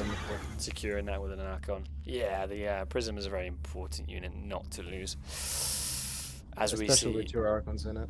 Yeah, 100%. As we see a lot of Hydras go down. Storm will likely be available in time. There are Templars that do indeed believe energy recharge. Yet went down onto this Templar, so there are a couple of Storms available once that research finishes up. So Killa should be in a pretty comfortable position once these Hydras come across the map. There's that +1 missile. 3 Dropper Lords coming up, full of Lings. Where are the Dropper Lords going? It looks like they're going towards the main base. The Killa, again, not learning from his lessons, needs vision. Needs vision of that dead space. For all Killa knows, there may be a Nihilist, there may be this, there may be that, but these Overlords look like they're going to go unscouted into the main base. Let's go on board with Killa right now. Does send that Void Ray across, is aware of what's going on, does catch the Overlords, so we'll see these Overlords as they fly into the main base. Is going to grab what? Not quite going to grab one of these Overlords. Recalls into the main base as the Hydras are coming towards this 4th base. Looks like Draco, really clever move, bringing those Lings in, forcing that recall. Does indeed force the cancel on that 4th base. Doesn't look like he's going to stop here though. Looks like he's going to go towards that 3rd base, towards all those cannons. Maybe try and attack towards the natural here. Doesn't look like these Hydras are going to get too much done once this army arrives. There's still a really nice move here, just picking off some of those outer defenses. Although the trade doesn't look like it's too efficient here. The Templar are really pretty strong, but it's an individual Hydra. It's not efficient enough, I fear.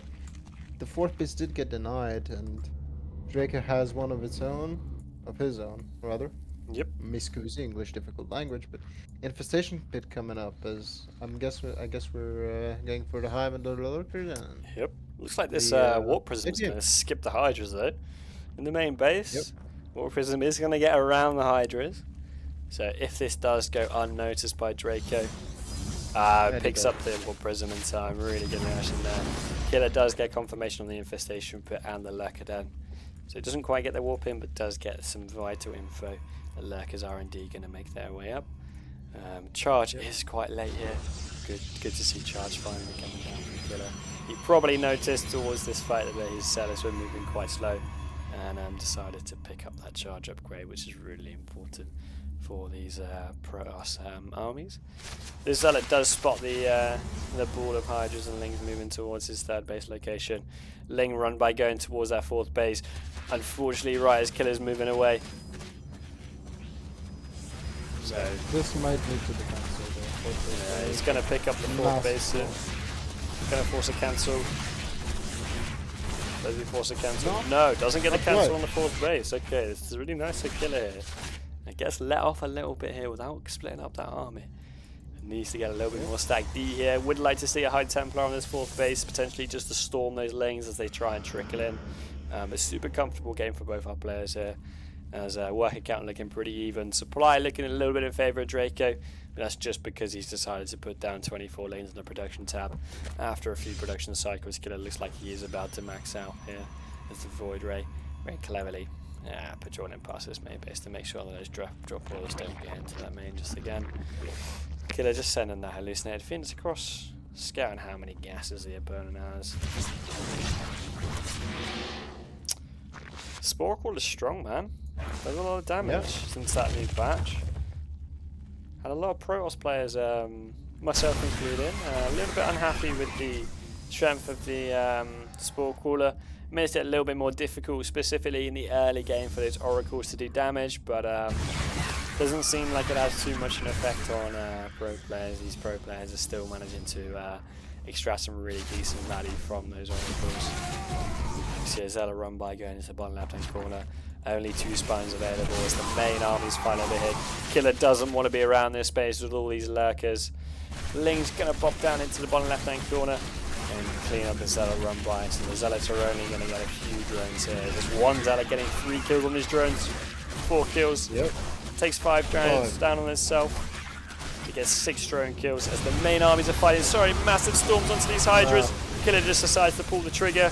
No detection available here for Killa, so he does indeed need to back off as these lurkers balls start racing through his army. Oracle is on the way for Killa. Really important unit as some Zealots try and make their way towards the third base and do get cleaned up by some Lings. And the Zealots go across onto that left-hand side. So we got some Zealots on the left-hand side looking to reset up that run by. Would be nice to see potentially a Dark Shrine go down in that natural. Mixing some DTs with these run bys, because once these spine corners go down and once these Lings start getting in position, these run bys aren't going to do a lot.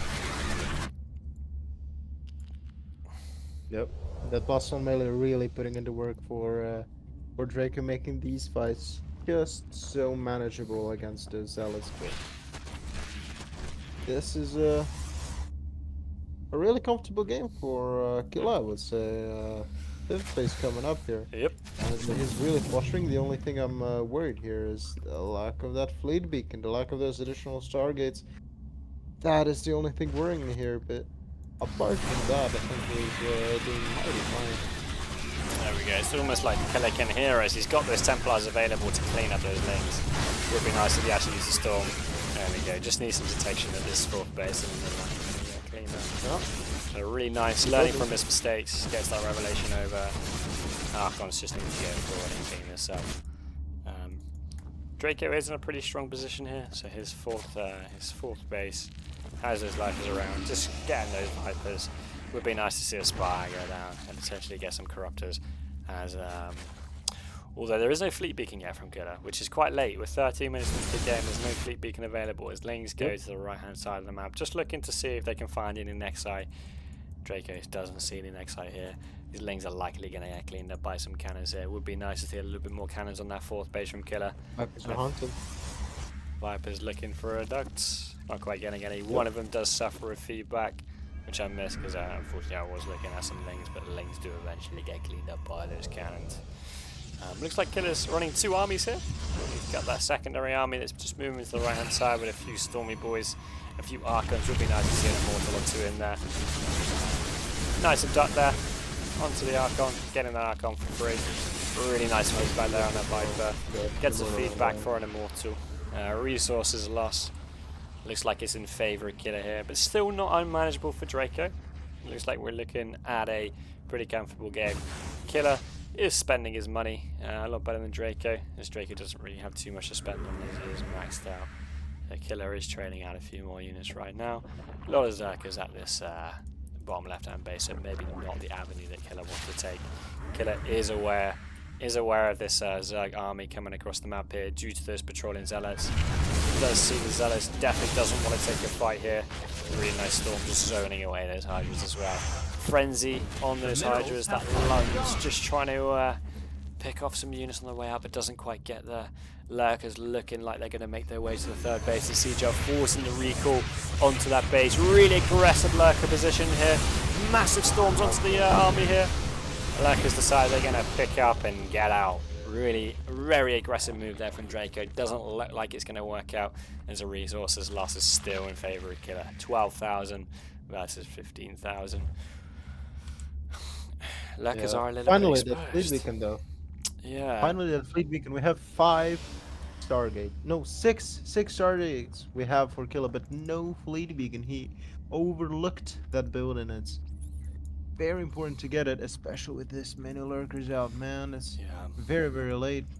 Very late. Double Spire finally going down for Draco here.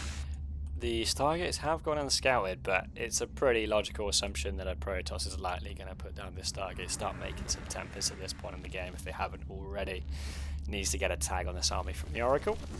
Would be nice to see that Oracle get a couple of revelations off just to keep track of where this army is going. Not a lot of other action happening across this map at all. Would be nice to see potentially as that run by move through the middle of the map and come down to this third base. This third base of Draco is currently undefended. We've got 4 Hydras still in the main, so they're doing a really good job cleaning up these the bottom side of lots of lanes getting cleaned up. Lurkers are going down. Draco trying to take an extra base in the bottom left hand corner, but gets shooed away by those Archons and this High Templar. Yep. This is being very well played by Killa here, who is kind of suffocating Draco on the bases that he has. Now, suffocating a man on 6 bases is usually quite a wild word to say. Doesn't quite get the feedback on his Vipers. He loses an Archon. We go for massive feedbacks. Feedbacks for massive. There we go, all the Vipers out of energy now. Would be nice to see some Tempests with this army, because those Vipers definitely wouldn't have survived. As the army, the secondary army in the bottom right hand corner, decides to go for this bottom left hand base, sees all of the Lurkers, decides to pull the trigger here. Massive storms onto those Zerglings. Looks like these High Templars are going to get pulled back. These Lurkers not quite going to get cleaned up. Would be nice to see Killa potentially get an Oracle over here, get a Revelation, get those Immortals moving forward, and clean up this base in the bottom left hand corner. But for now, just going to see Killa posturing away. Would be nice to see Killa potentially take this base as well. As we see a little bit of trading here on the right hand side. Gets that abduct onto that Oracle. That's massive. That means Killa's Stargates are not making Tempest. They have to make the Oracle. And temporarily, there is only observers for detection for Mr. Killa. So he won't get that revelation. And those observers are very vulnerable to, for example, if a parasitic bomb goes down, or if there's Hydras, the Hydras and the Overseer are really good at sniping those observers off. Hence why we also would like to see an Oracle in this bottom left-hand army, just to make sure, due to the presence of these Spore Crawlers will 3-hit or 2-hit these observers.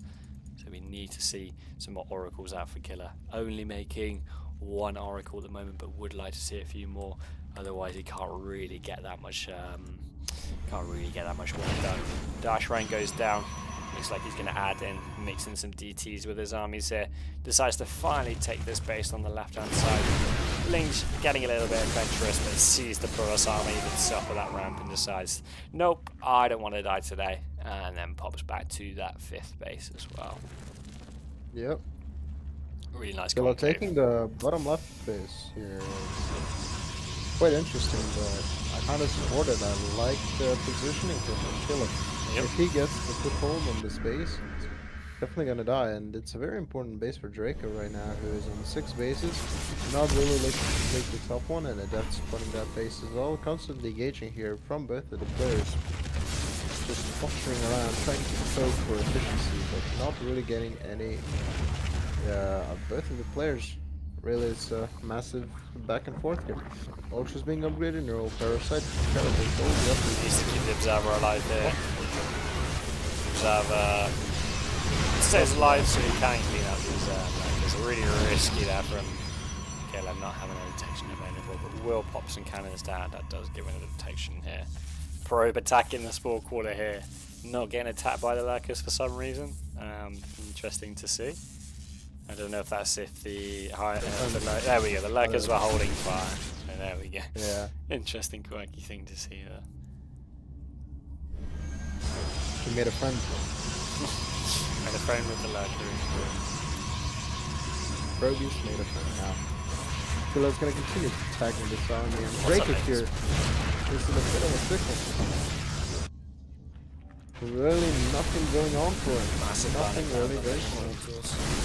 Gets him a duct. Gets that more for free. Decent trade so far. Resources lost tab is going and growing slightly in favour of Killa, however. Currently 18k versus roughly 23.5k. At least the income's largely similar. Slight favour for Killa here. The minerals and slight favour in for Draco and the gas, but largely similar income here from both players. Yep. I am a bit worried here because there's again not a lot of corruptors.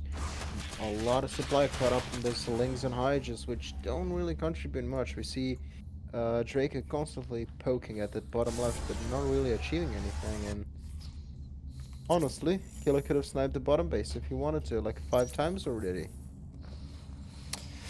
Yeah. Really weird.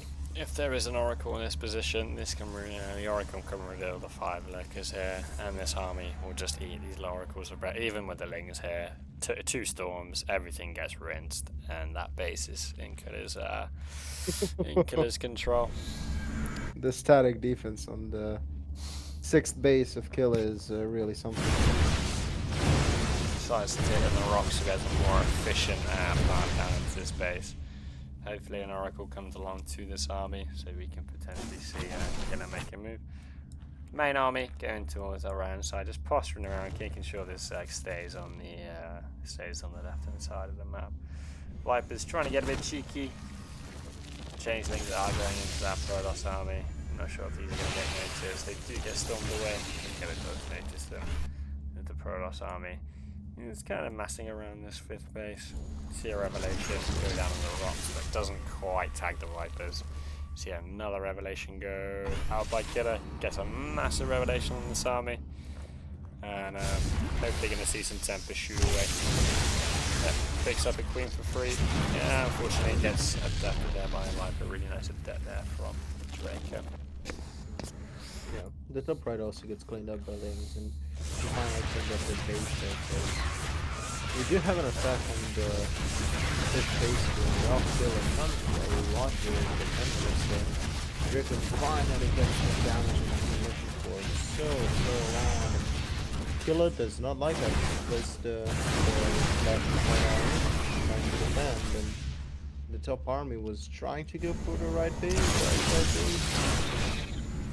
Decides better against it, changing his mind and poking that main army. Really nice feedbacks on the fight with Draco, as Draco is really just poking for holes, but at this point he's really starting to run out of options. As a third player, you really want a lot more bases than Draco has. You want a lot more food spreading, a lot of things that Draco just does not have, as he's kind of being run over slowly. He's being scratched and scratched and scratched until there's nothing left to scratch anymore. Really being slowly ballooned out, but by this Protoss player over here, really well played so far. And finally trying to buy them in the bottom left hand corner. Picks up some Lings for free, picks up the Lurkers. Lurkers being a little bit more aggressive, opening the door potentially to some Zealots going in the bottom left hand corner. Lurkers deciding they're going to make their way back into that mineral line. Killa is unaware of this base in the top right hand corner. Complete. As that +2, that +1 armor, ship armor does finish up for Killa, but completely unaware of this 5th base. of this top right-hand corner base from Draco. Would be nice to potentially see a little bit of a zealot, maybe a zealot go out there, some GTs walked in, just to try and see what's going on. Killa is a little bit unaware. He doesn't quite see the drones going towards the top right-hand base. This base will go unscouted. Really important that Killa picks up this base, destroys this base, and takes the other top right-hand base for himself. Otherwise, he's going to find himself outmined here by Draco. Although the resources lost tab is quite in favour of Killa. He's 6,000 resources up. He still needs to make sure that he's maintaining that mining. Otherwise, the efficiency trade isn't going to be as impactful as it would be if he was mining as much as Draco is. Yep. Once again, we have that carrier switch at the front kill, which I kind of doubted last game. I thought that the bulldozer approach is just not going to the massive corruptor Viper and the normal parasite of Draco, but we saw it really go well for Killa and stay one. So I'm interested to see what he's going to pull up with these now. Massive revelation. Massive revelation goes down onto those down onto those corruptors there. Secondary army not really doing much. It's just sitting there defending this base. Doesn't quite get a glimpse of these drones, so can't get any efficiency from them. This bomb left base is about to start mining out, however. Killa is now aware of that top right hand base, decides to position his army at the top of that. Maybe gets a storm. Massive feedback there on the Vipers. Storms there onto the changelings. Very efficient use of a storm there. Obviously, I am indeed joking. So we need to make sure that Killa making his way towards that right hand base, sees the lurkers getting there, trying to get in position, so knows the lurkers will be there. Lurkers burying in position, sees the corruptible. Would be nice once that revelation is off cooldown to potentially get one of those. Does get a neural. Gets a neural onto those, so really nice use of the infestors here. Killa decides to pull the trigger into a parasitic bomb. Not a really efficient fight there for Killa. And walks home with his tail between his legs a little bit. Yep. We tried to manage the base, but unfortunately didn't happen. I really think that the snipe on the... Well, I guess 630 this is, for base for Draco was quite necessary, and right now is kind of starting. This is kind of starting to slip through Killa's fingers. He had a big clustering advantage here. The top right base going up for Draco with. I'm really not seeing Killa breaking this. We need to see Killa securing that, securing the other top right hand base, getting rid of this bottom right hand base, because otherwise he's going to find himself in a little bit of trouble here. Yeah, he can trade more efficiently, but if the opponent mines more, if the opponent, for example, we look at the resources lost tab, it's kind of evened up now. Only 2,000 resources between them. There's more than 2,000 resources on this single base here, so Draco ends up getting this, and the trades say the same, that the game will indeed go in favour of Draco most likely. We really need to see Killa grabbing that base. I don't know why he's not decided to go for the base here. Yeah, there's a lot of stuff going on, and Killa himself mentioned that these games are very, very stressful for him. He often does forget the obvious, but we know he's trying his best, and the army is trying to match for both sides. A difficult task myself. I love the forward Templar. Of course, it does it. Oi, massive feedbacks before it goes down, though. Yeah, it's really nice, and although it does go down, it gives Killa more room on the bottom. Draco running out of lurkers here. Running out of lurkers. He's just running them around. As the left side has a lot more lurkers for some reason. As I do think Killa can fight the left side, but the right side is a bit more contested. Should we see a robotics bay? Is that the war prism or is that the observer speed? I believe that's the observer speed.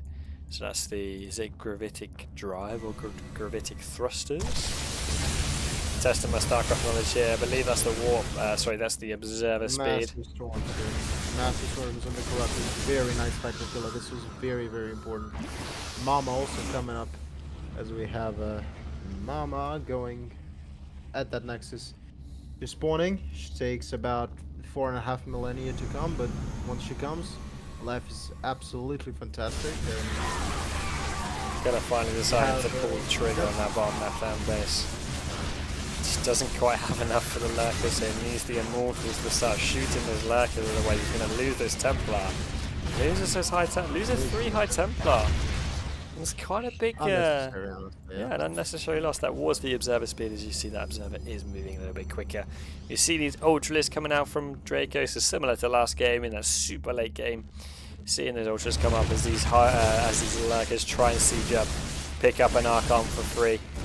Does have to spend 2 Abducts on that, which could make a difference. Oh, the choke point. The choke point is really nice to Draco. Yeah, they're bottom left. Finally, Killa takes the base. Look at that static defense. Oh. A lot of static D in that bottom left hand base. Draco ain't killing this. As Draco sees it and immediately decides to start sieging these lurkers forward, makes sense. The army of Killa does need to either create a distraction elsewhere or needs to just try and fight this army head on. This Killa really does need this top right hand base to stay on par of bases with Draco. Resources lost. Back in favour of Killa, although it's still very close. That resources lost gap of 6,000 has closed all the way down to 1,000 resources. Seen a very, very close game here between Draco and Killa. As Killa's fighting for his life in this series at the moment. This is match point to Draco. That's a good one for Draco right now, but honestly, Killa is fighting with his heart and soul here. Snipes the Viper with full energy. Really, really nice. I have 200 gas here in the late game is definitely gonna add up very quickly as Draco continues to be annoying with the changelings and Killa keeps staggering the army, but not a lot of engagement here. I love the pushing of the static defense and the creep from Draco. He really needs to kill the space.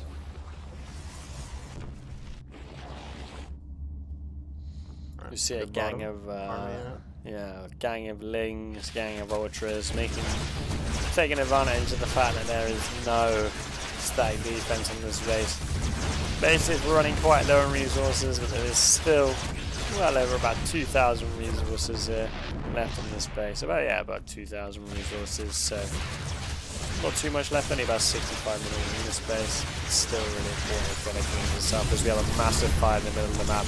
Gets them ducked on one of those Tempests.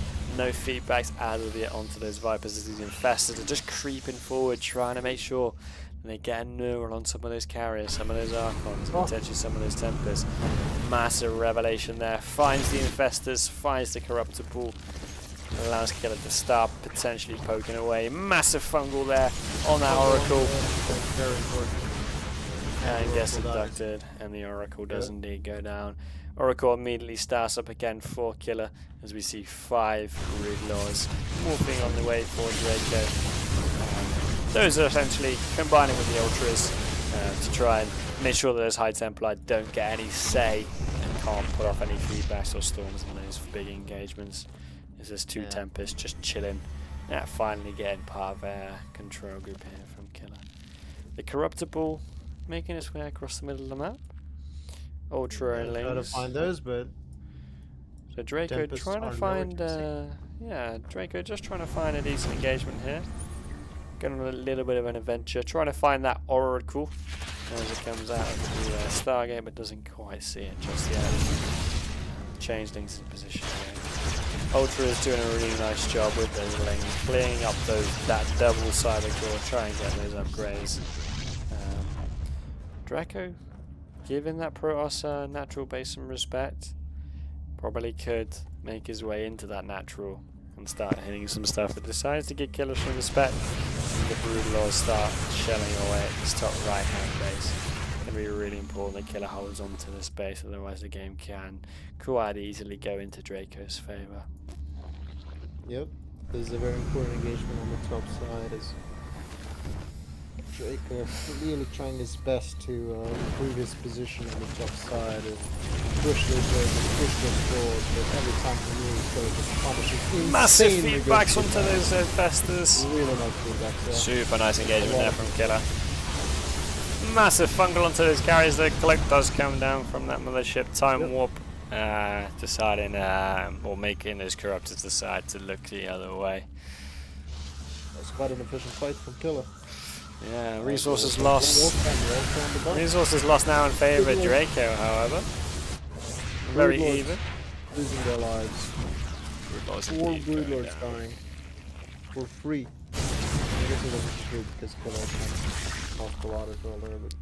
So resources lost is dead even right now. Draco, 40 drones on one base. Only got one base mining. He's got 40 workers. It would be nice to see these drones potentially morph into spore crawlers. There we go. Morph into spore crawlers. He's got the bank for it. He's got a lot of drones. He's only got one base. This map's about to get mined out.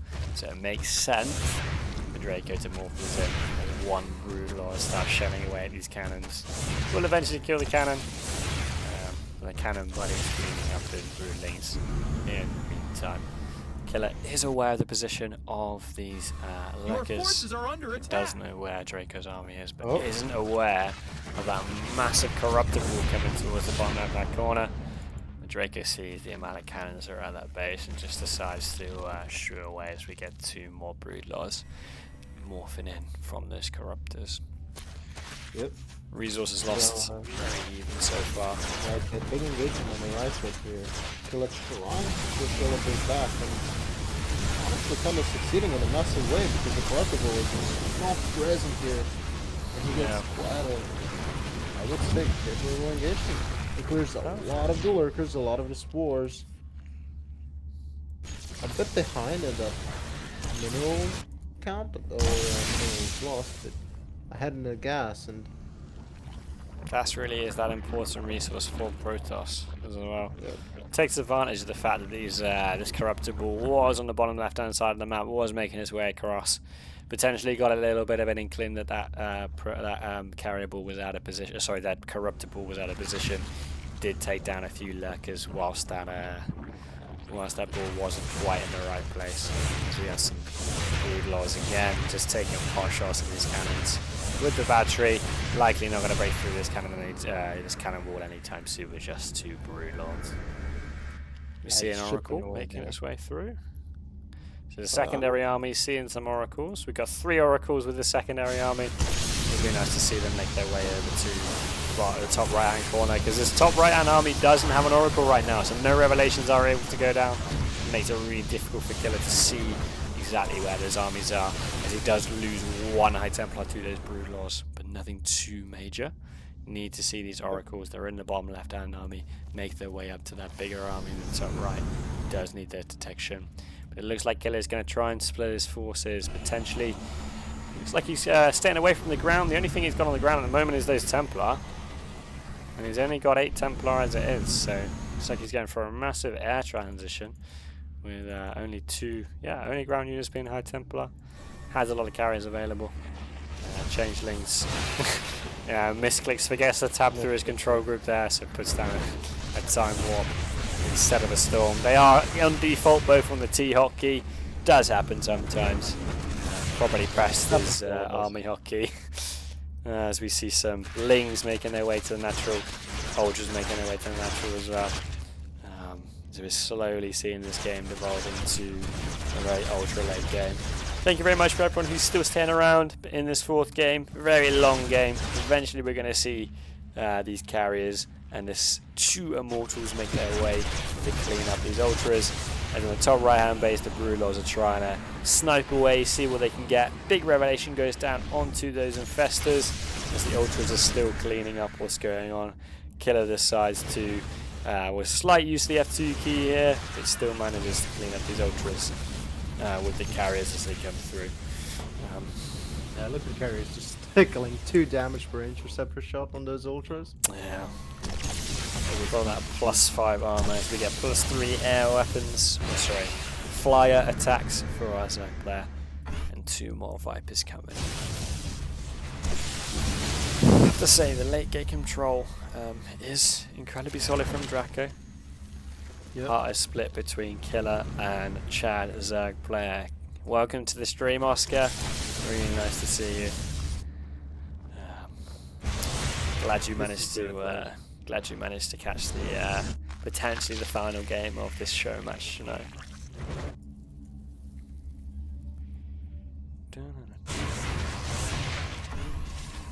it is very interesting to see how close the match these two are.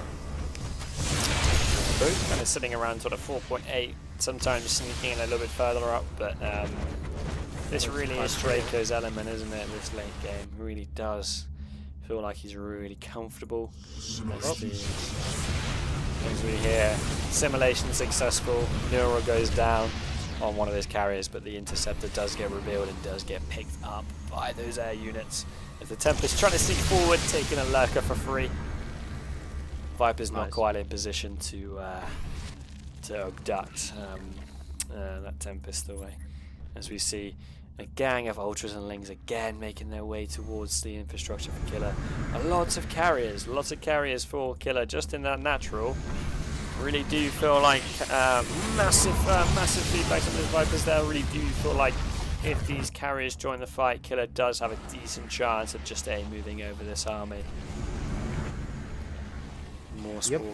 Especially because that +3 air armor is missing, which is very big slip up by Draco. Yes, he's gonna clear out this infrastructure. Yes, that's really nice, but honestly, if he loses the main fight, if he loses all this army, is it really worth it? Is it really something that we should be proud of? I don't think so. He's got a lot of idle workers to do with him. I think Killa just wins the direct engagement. 2 Brewlaws for free. Overseer for free. DT's warped into that main base to clean up this Ultra and really efficient trade here from Killa. Resources lost. Looks like he's going a little bit in favour of Killa now as that cloak wears off. What do you think of the game so far, Oscar? Have you managed to catch any of the first 3 games as well? What are we thinking? Just getting revelation on those spores. And on a couple of those infestors as well. Picking up those lurkers. Just allowing. These lurkers don't really serve that much purpose. All they're here for is to get rid of the High Templar. But Broodlaw's kind of fit in their role now. So picking off those lurkers allows Draco to put a little bit more into those infestors, a little bit more into those corruptors that you can see just barreling across the map. So the corruptible has indeed grown here. Corruptible is going to get a little bit more powerful now that the +3 air weapons has been finished. But the income for Draco here is down to 0. So his whole side of the map is mined out of minerals. So this is what Draco's got. He's got 400 gas. He's got 5,000 minerals. That's all he's got. He needs to make what he's got work. Killa still has a little bit of mining here, so still has potential of a half remax. Probably has about 100 supply worth of resources available. Massive feedback on the infestors, and they missed that fungal. That's huge from Mr. Killa here. Killa just needs to take his time and slowly dismantle this Zerg army, because once these Brewlaws go down, it's just going to see those Zerglings go down. Yeah, Draco cannot afford to lose infestors like this. He doesn't have enough gas. He's got only 400% gas.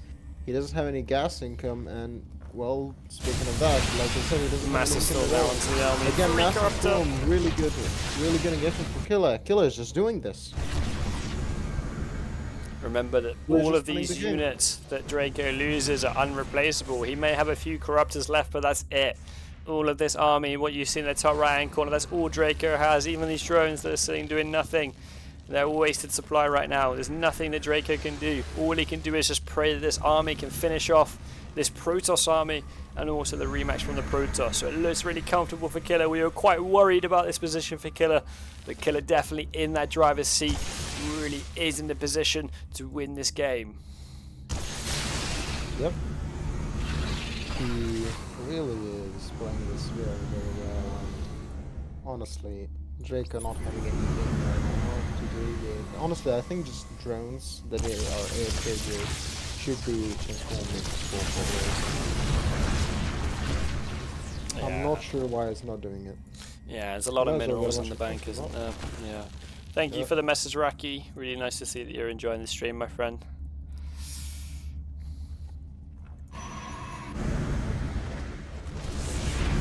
Resources lost, currently 5,000 minerals in favour of our Protoss player here.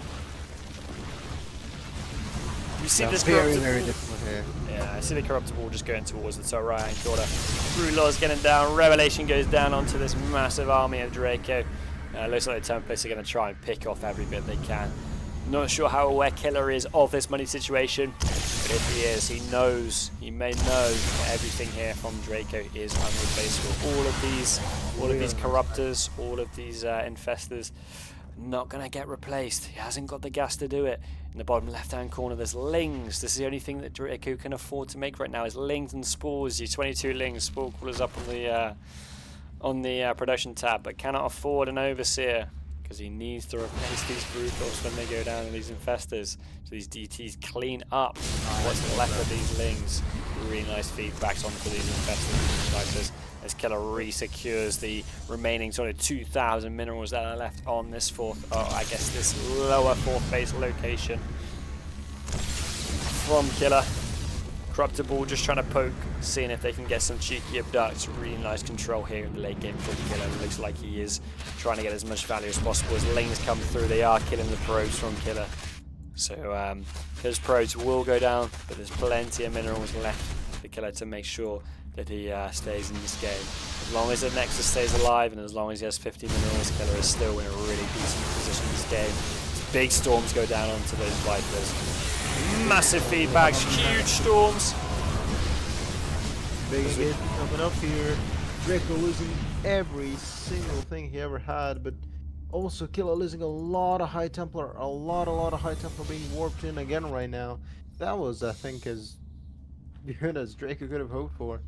As good of engagement as he could have hoped for, but still, that big advantage in the bank and efficiency for Killa is hurting Draco really bad. If he loses these 4 brutes, that's a big deal because he cannot poke the cannons.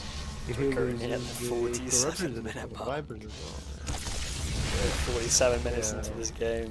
It looks like it's going to be a slow burner. We thought we were going to get a couple games like this. We thought the whole series might be like this. It was good to see some short games, but it's nice to see that late game action from Protoss versus Zerg, as Draco is currently down to 17 gas.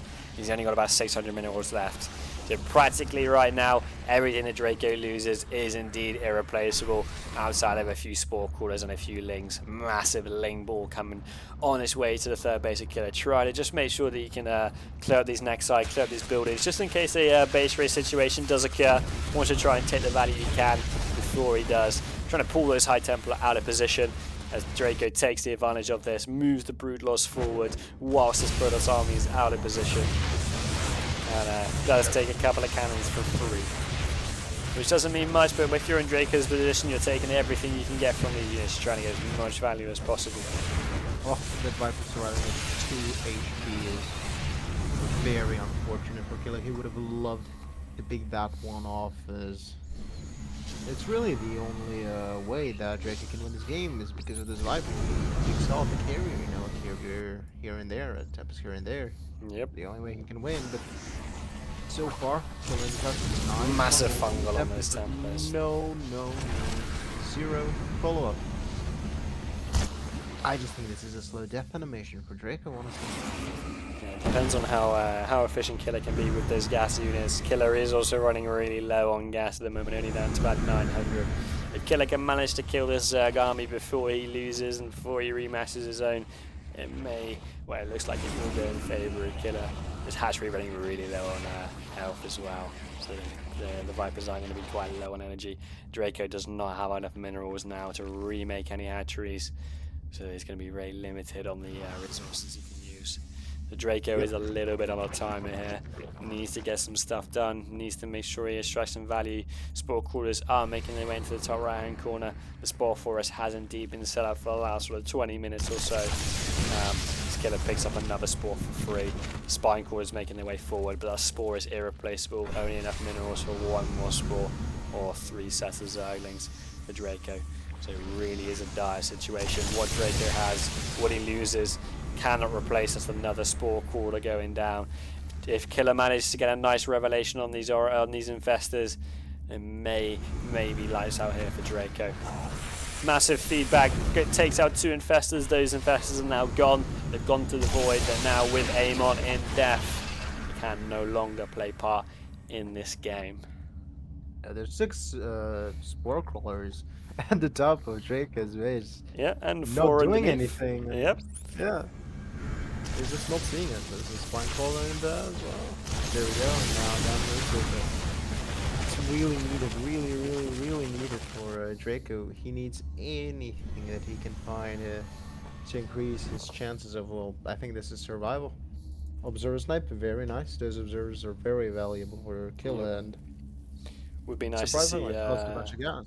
Would be nice to see these zealots just swinging through these bottom bases here, as I just miss a few shots going down onto these carriers. Really I don't think it's scary also only useful for here, most actually, players. because of the amount of links that Draco has. I think just keeping your arm in a big ball and 107 lings. Oof, that's a lot of balling lings from here Draco. is, Yeah. yeah, just balling here with Killa is the move. Yeah, I mean, I think he can. Ling's sensing that there's going to be some pros moving to this side. Does indeed try and stop a base coming down from Mr. Killa here. These pros and these sellers will eventually go down.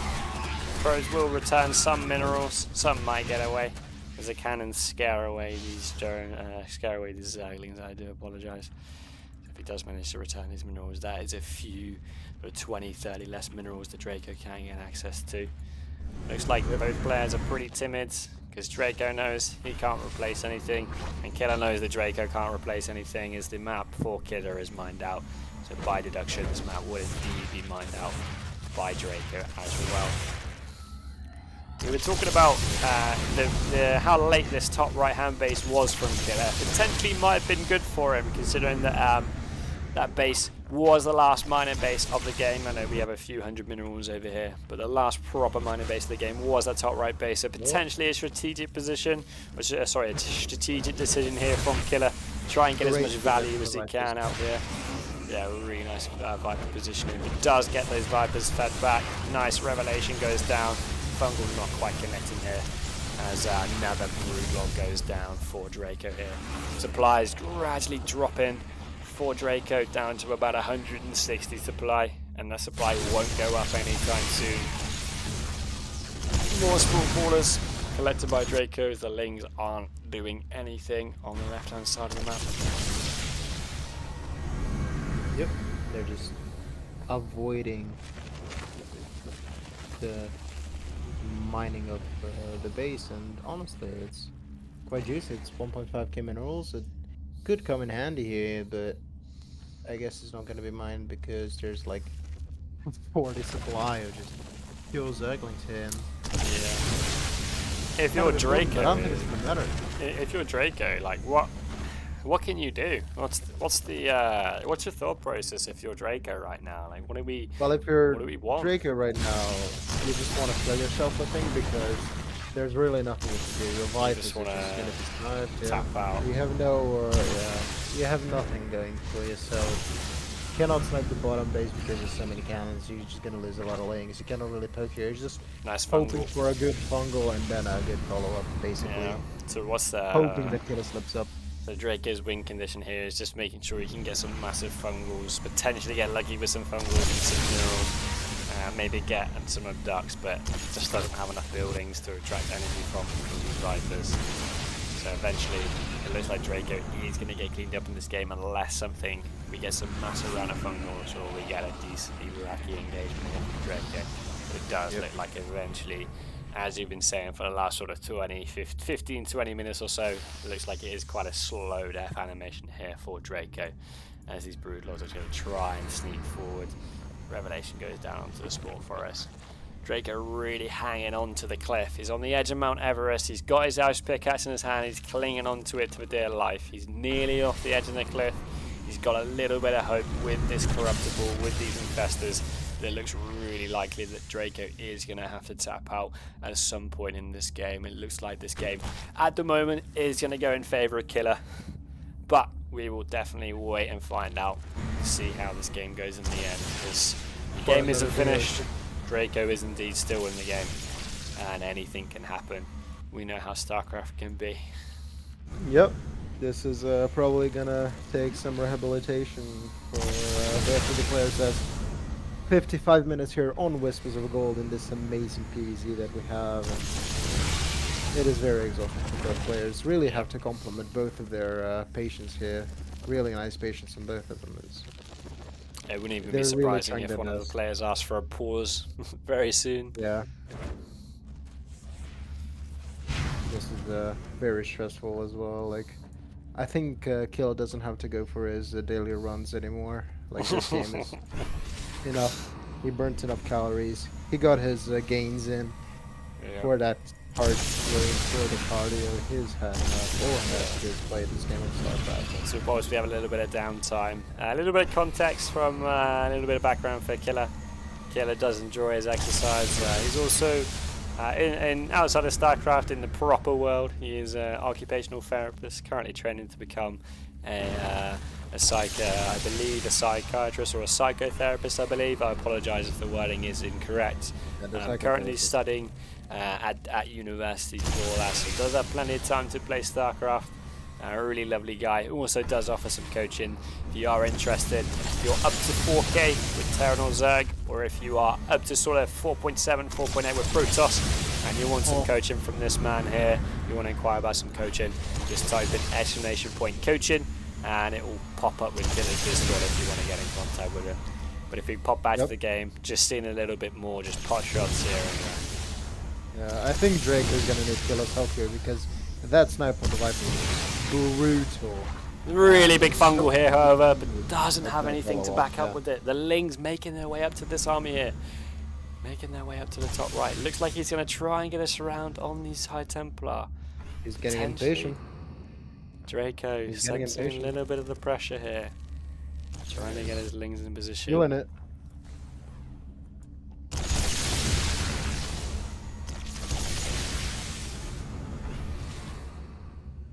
24 corruptors in a single decides to just hit the A Here we go. That's the end of the He game. pulls the trigger and he gets feedback. Massive feedback onto these infestors. Priority bombs go down. Cloak does go down. Overseers look like they're about to get cleaned up, so he can no longer see any of these units when these corruptors go, when these overseers go down, and we see a GG. It's a 57-minute game, goes in the favour of Killa. I anticipate the Killa that the players are going to need a little bit of a rest after that one. So whilst those players are getting ready for that final game, we will just pop some music on and have a nice chat about that last game. Wow. That was exhausting. That was a very game. much. I think Killa is also thankful, not for his victory point there on the board as it evens out the scoreboard, but he also is very thankful for his wrists surviving that match because Draco just pulled the trigger, I'm pretty sure, to save their wrists. Yeah. The thing is, save his endurance into that final game. Yeah. So, game 5, when we do eventually get to it, when the players are ready, we'll be on ley lines.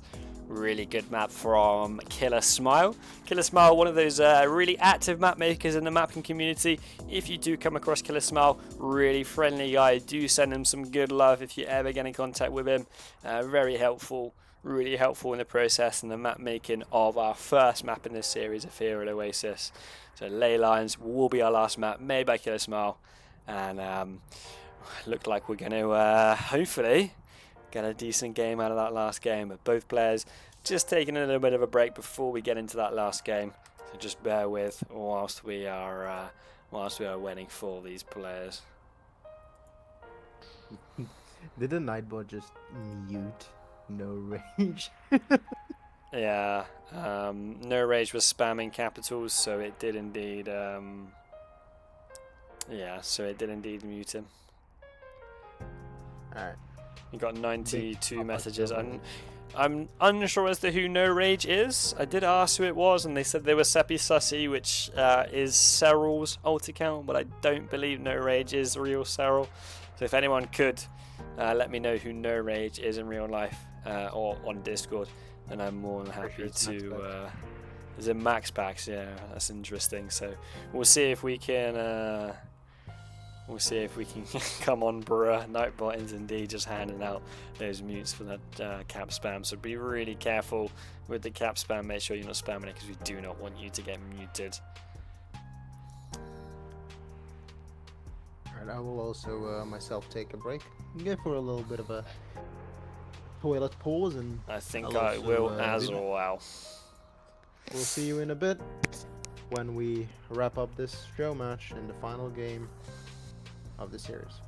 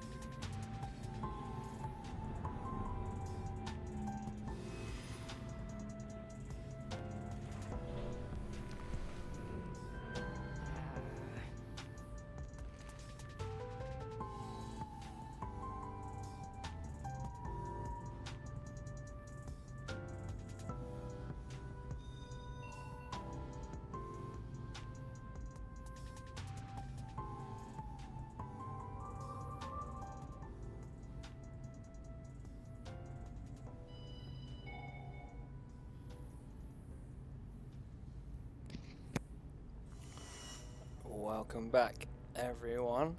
I am back from my break, and George will be back very soon. Whilst we're just waiting for Draco to be ready, looks like Killa is ready to go. Draco still taking a little bit more time, so in the meantime, just gonna have a little bit of a chat, and we are indeed back. Well, welcome back, Mr. Rage. You indeed cannot spam caps anymore, but yeah,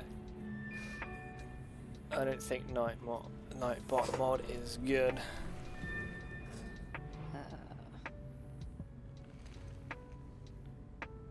Yeah, I will have a look at the I'll have a look at that later, Mr. Turtle.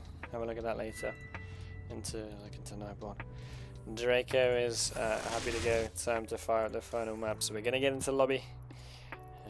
May have to get a start without George, but I'm sure we can manage with him. So we're just gonna load up into ley lines for that final match. And as the players just popping into the lobby, George isn't here at the moment, so we're just waiting on George to come back. So.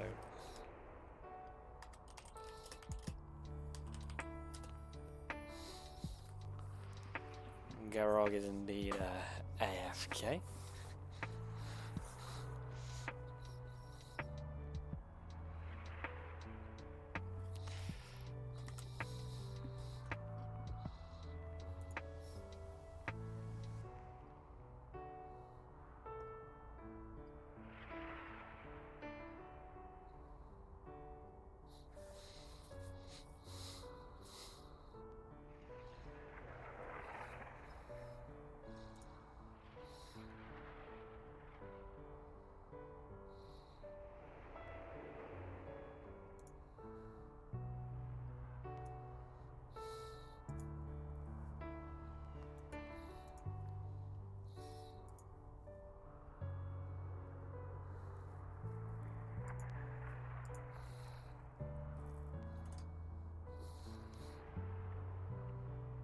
Yeah, general StarCraft 2 chat is a very interesting place to be. Still just waiting on George to come back for that final game.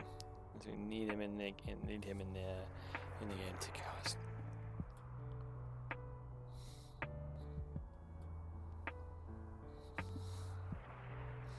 Really good to see a lot of you coming along.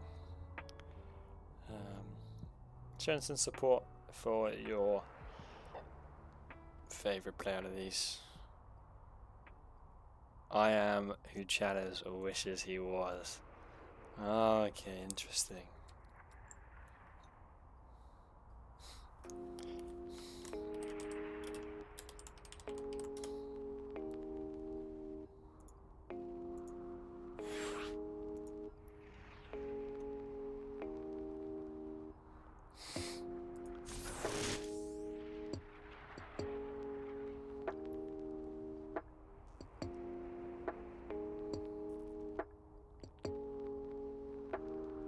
What do you think about the facial dimensions of that lovely cat that's in the top right hand corner, guys?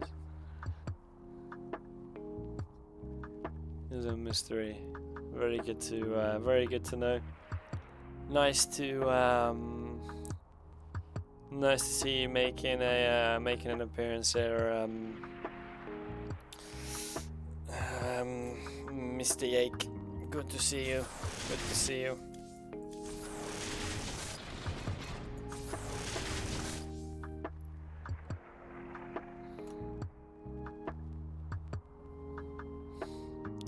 Good to see you here, Jake. Hope you're enjoying the stream. I hope you're enjoying the games.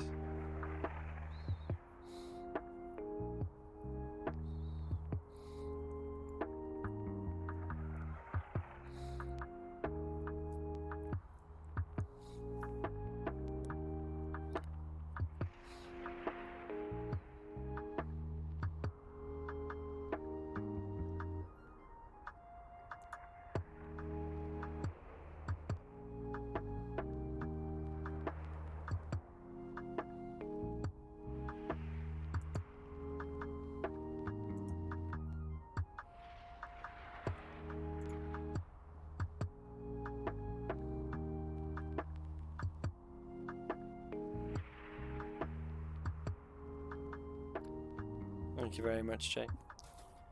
Just waiting for George to come back.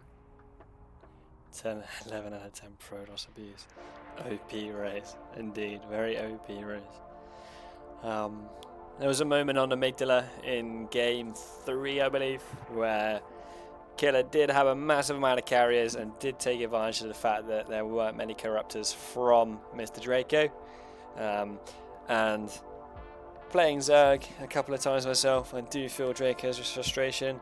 I do feel the frustration of all of those other Zerg players out there, and it does make sense as to why there are a lot of OP toss comments in the chat after that game. Yeah, really funny to see that.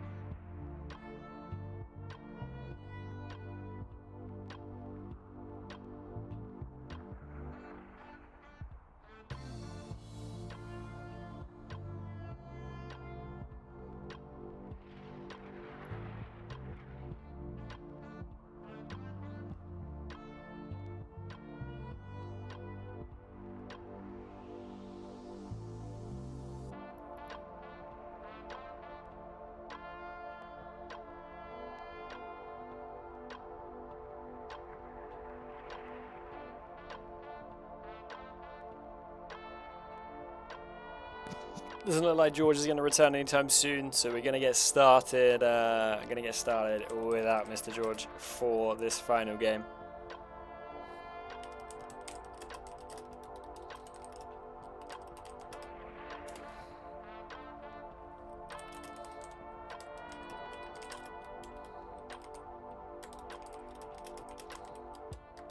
We're just going to get that set up.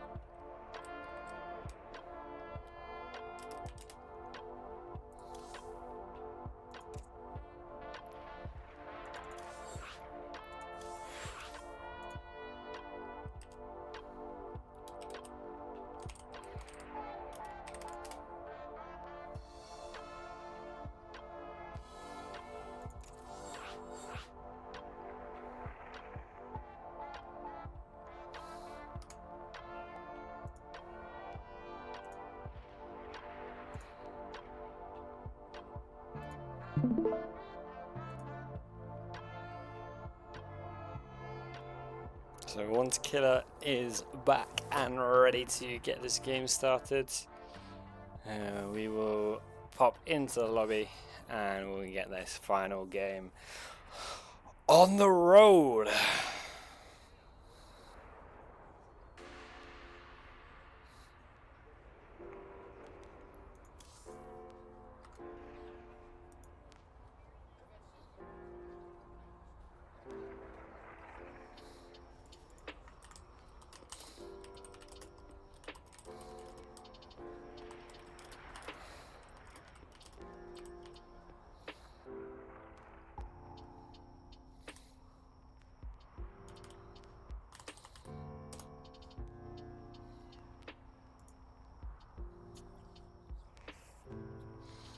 The term hooker is indeed allowed in this chat. We have got the lobby ready to go. Just making sure the players have got the right races in. And we're also just making sure that our players are indeed ready to go. I'm going to check some skins on some of the players during this game using that Observer++ mod. And once we get this music sorted, once we change that window over to our gameplay window, we're gonna get this final game off and ready to go. The last game of the series, currently tied 2-2. Whoever takes this match will indeed take the whole show match, A lot of people with a lot of Void coins on the line for this one. Void coins being that currency in the DeVoid clan, which you can earn from doing various things, provided that you are indeed a DeVoid member. We're getting this last game underway. Scores are 2-2. We are in a best of 5. And in the top right hand corner, playing with the Apple drones, doing an extractor trick, we have Draco. And in the bottom left hand corner, for the 5th time this evening, with the red Protoss probes, playing what looks like a 1-get expand, we have DeVoid's one and only Killa. It'll be interesting to see whether these players want to play a macro, whether one of the players decides they want to get this game out of the way quickly. The last game nearly went for over an hour. We went to 57 minutes on Whispers of Gold for that 4th game of the series. So it'll be interesting to see what the players are pulling out. Everything looks pretty standard so far.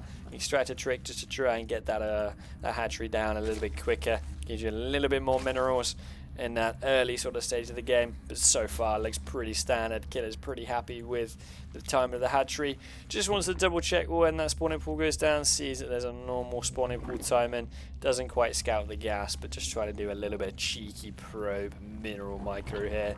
Does accidentally pick up some minerals there, so the probe is going to have to scout that there's a 1 gas, so scouts there's 1 gas, scouts the drone rallying into that gas, does a final check of that mineral line, and then is probably going to pop his way back into the outside the natural here. Patrol just waiting for that drone that what's likely going to come out of this base is likely going to come off to this 3rd base, as the linear 3rd base on ley lines is a little bit less popular due to how far away this base is compared to this triangle 3rd base just here.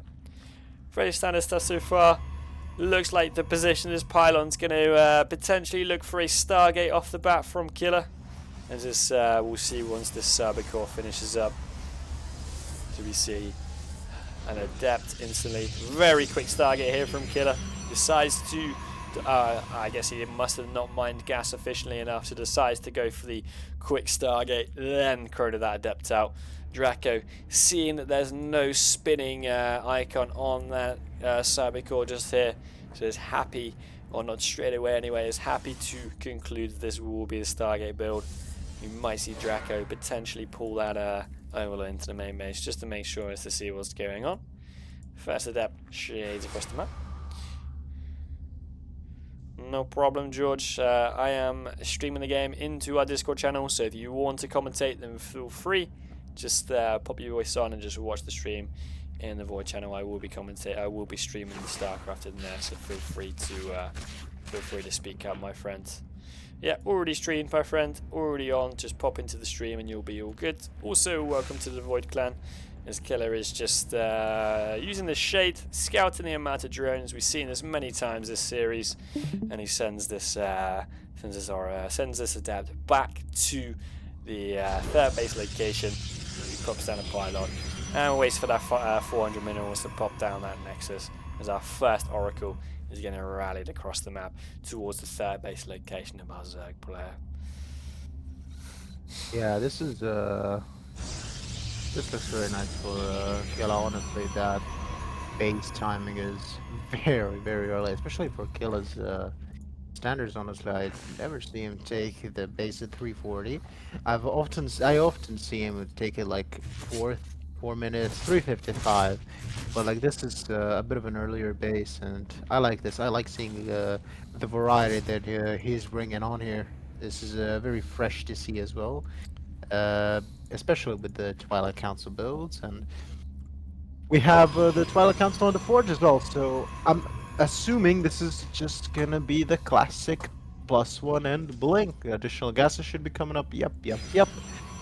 And we should be seeing additional gateways coming as well after the +1 and the blink upgrade finish up. And for Draco, we're probably going to be seeing the +1 melee, as that is the standard for the blink sagas, and is really good. There we go. Yeah, it's +1 As melee. I am in fact correct, and I'm happy for Draco that I'm correct, because That is the key component in defending those Blade Stalkers and the Blade Stalker pressure. Pulsar Beam activates and snipes that Queen. Very, very important kill on that, as Queen's got a bit more expensive, so just so tougher to reproduce and to replace that Queen. And the fourth base coming up nice and early for Draco, and we just have a nice little macro game for ourselves. Yeah, it's interesting to see Draco, seeing how early that third base is, not even making any lings and just letting that third base for Killa go up quite, well, uncontested really. Looks like both players are pretty comfortable with their macro game. Maybe some fatigue setting in, just want to make sure that they chill out, get the macro right, and just make sure that they're getting all the little bits right as well, as Killa decides to jump in on that Queen. Picks up 175 minerals there. That's also a Queen they can't inject, so that's going to be some lava missing for a little bit as well. Scouts that fourth base, sees the usual position for the fourth base on this map. Sometimes you see some people go for this rich gas, but because of this mineral field along here, it does make it very difficult for specifically Zerg players to abuse this gas and sort of any roach wardens.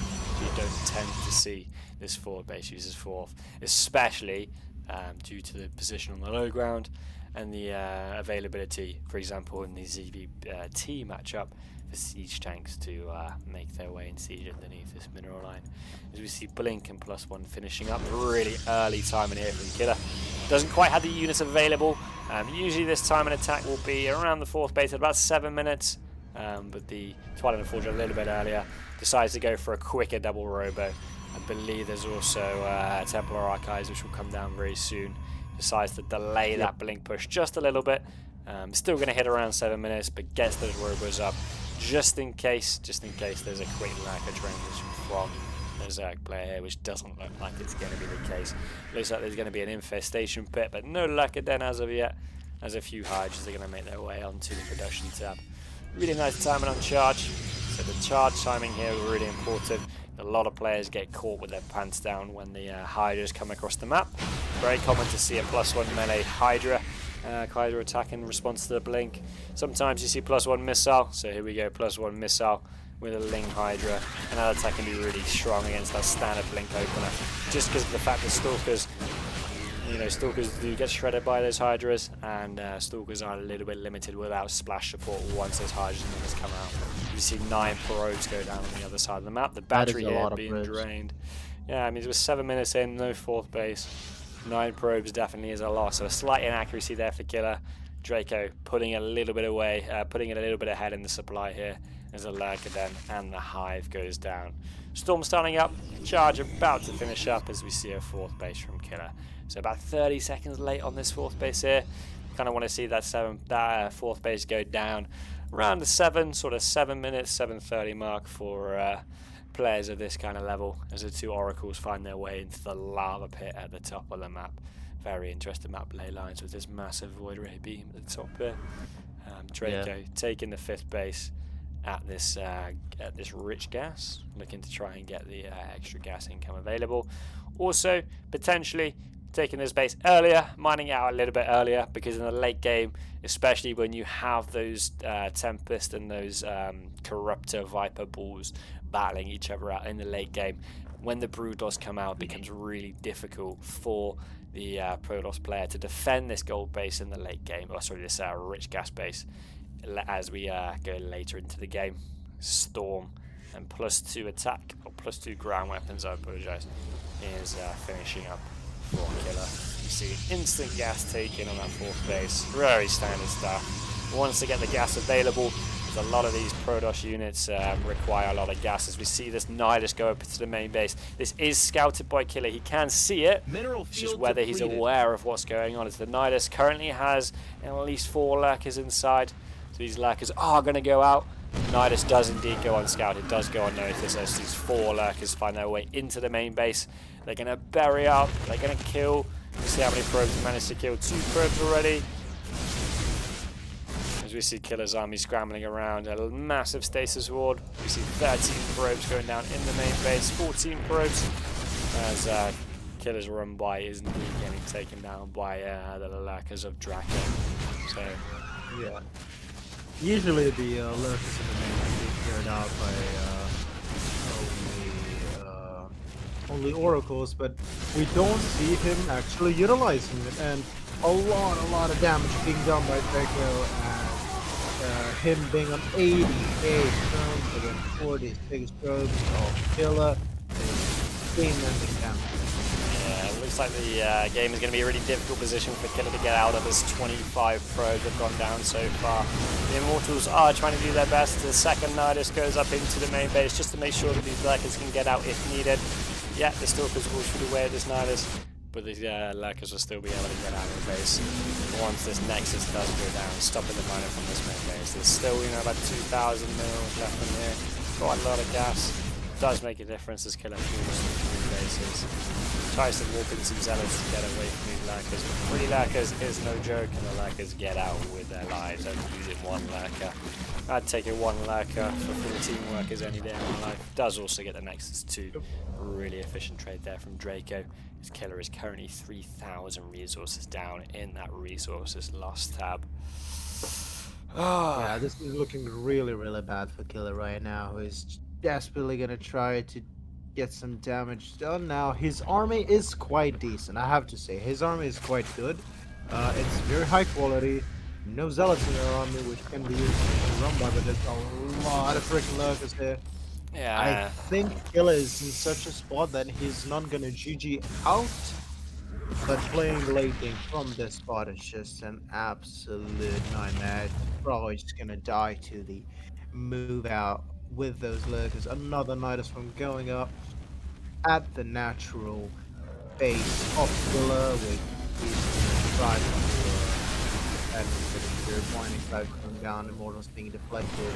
11 drones going down at the third station, but once again, the lurkers get in position. A lot of drones going down. It's 18 drones. That's not insignificant. He's still at 70 drones, however. Definitely Draco's game to lose at this moment in time. He's currently up 50 supplies. The Lurkers decide they want to try and see some red. They want to get charging towards this Protoss base. Run up and press D. There's a lot of the memes about Zerg recently. Run up and press D and win the game. Looks like Draco's just going to do that. Run up to the base, press D, bury these Lurkers, and that base is likely going to get deleted in the next couple of seconds. Killa really try to scramble to hold on to his base, but the concave that these Lurkers have established is going to make it really difficult. As the Vipers come in and take 2 Immortals for free, it's going to be a really difficult position for here. Killa down 50, over 50 supply, and it looks like this series is going to end this way, end the way that it started, with a pretty decent, strong mid game from Draco. Killa does still have a say with the Storms. The Storms can definitely make a difference here, but the Oracle has no energy, and it's going to be really difficult for Draco to make, for Killa to make anything happen here. 5 Zealots trying to make their way across the map, trying to make sure they can get some drones at the third base here, but it's still not going to make a difference. There's some Lings come through at Nidus in the main base, the Zealots and the Adept and the Stalker.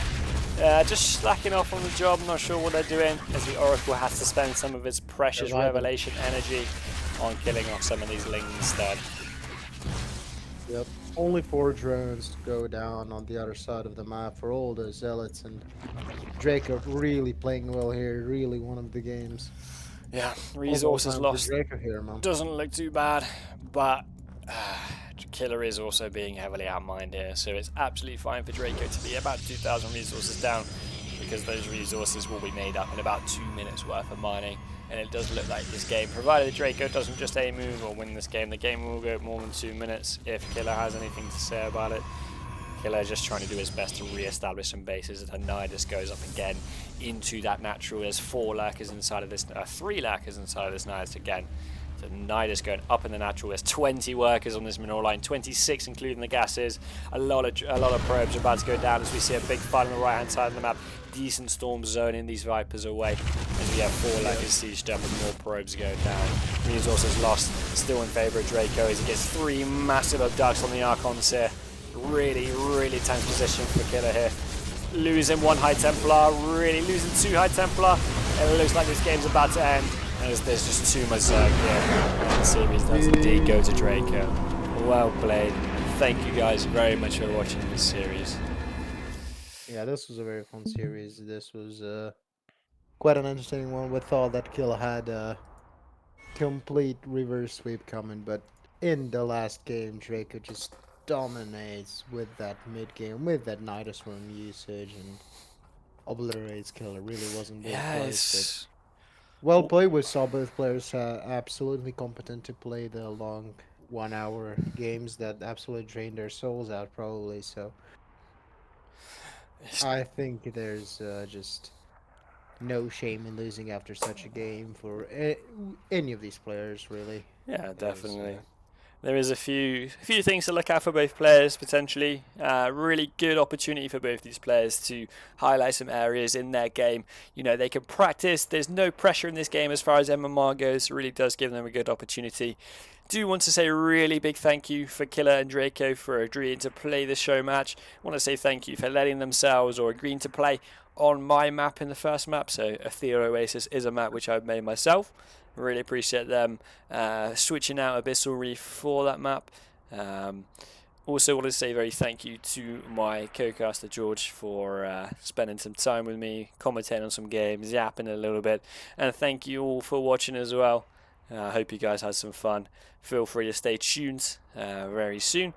If you're interested in a Protoss Masterclass in about a week's time, so next weekend on the 20, I believe it's the 21st of March, there will be a Protoss Masterclass in the DeVoid server run by Gamer Richie and CJ. Gamer Richie, you guys may have heard of. He used to be a team coach for Berserker. Has coached a lot of high-level players, really well-renowned coach in the StarCraft community. CJ, former GM, nearly 6k player. Could probably argue he is around a 6k player. He is also a Protoss player. Going to give us a lot of really valuable information in that Protoss Masterclass. So if you want to join in, make sure that you type !DeVoid. That will give you a link to the DeVoid Discord. Feel free to join up. The Masterclass is public. That will be happening on the 21st of March. I believe it'll be in the evening. So feel free if you're interested to type !DeVoid. If you are looking for a StarCraft coach and you are Terran or Zerg and you are below 4000 MMR, feel free to type !coaching. That will bring you to Killa, and that will put his Discord up in the chat. I know Killa lost the show match today, but Killa is still an incredible coach, and there's a lot of testimonies in the chat from people who said that Killa really has made a difference, and he is a really lovely guy. So if you want to check out his coaching, pop !coaching in the chat. Apart from that, nothing else to say. Stay tuned. There might be some Berserker Team League streams coming up, so there'll be some casting coming up for that. Protoss Masterclass in the DeVoid server, and feel free to check out Killa. Thank you very much for watching, guys. Have a lovely evening, and I will see you all very soon. Thank you very much, guys. Peace.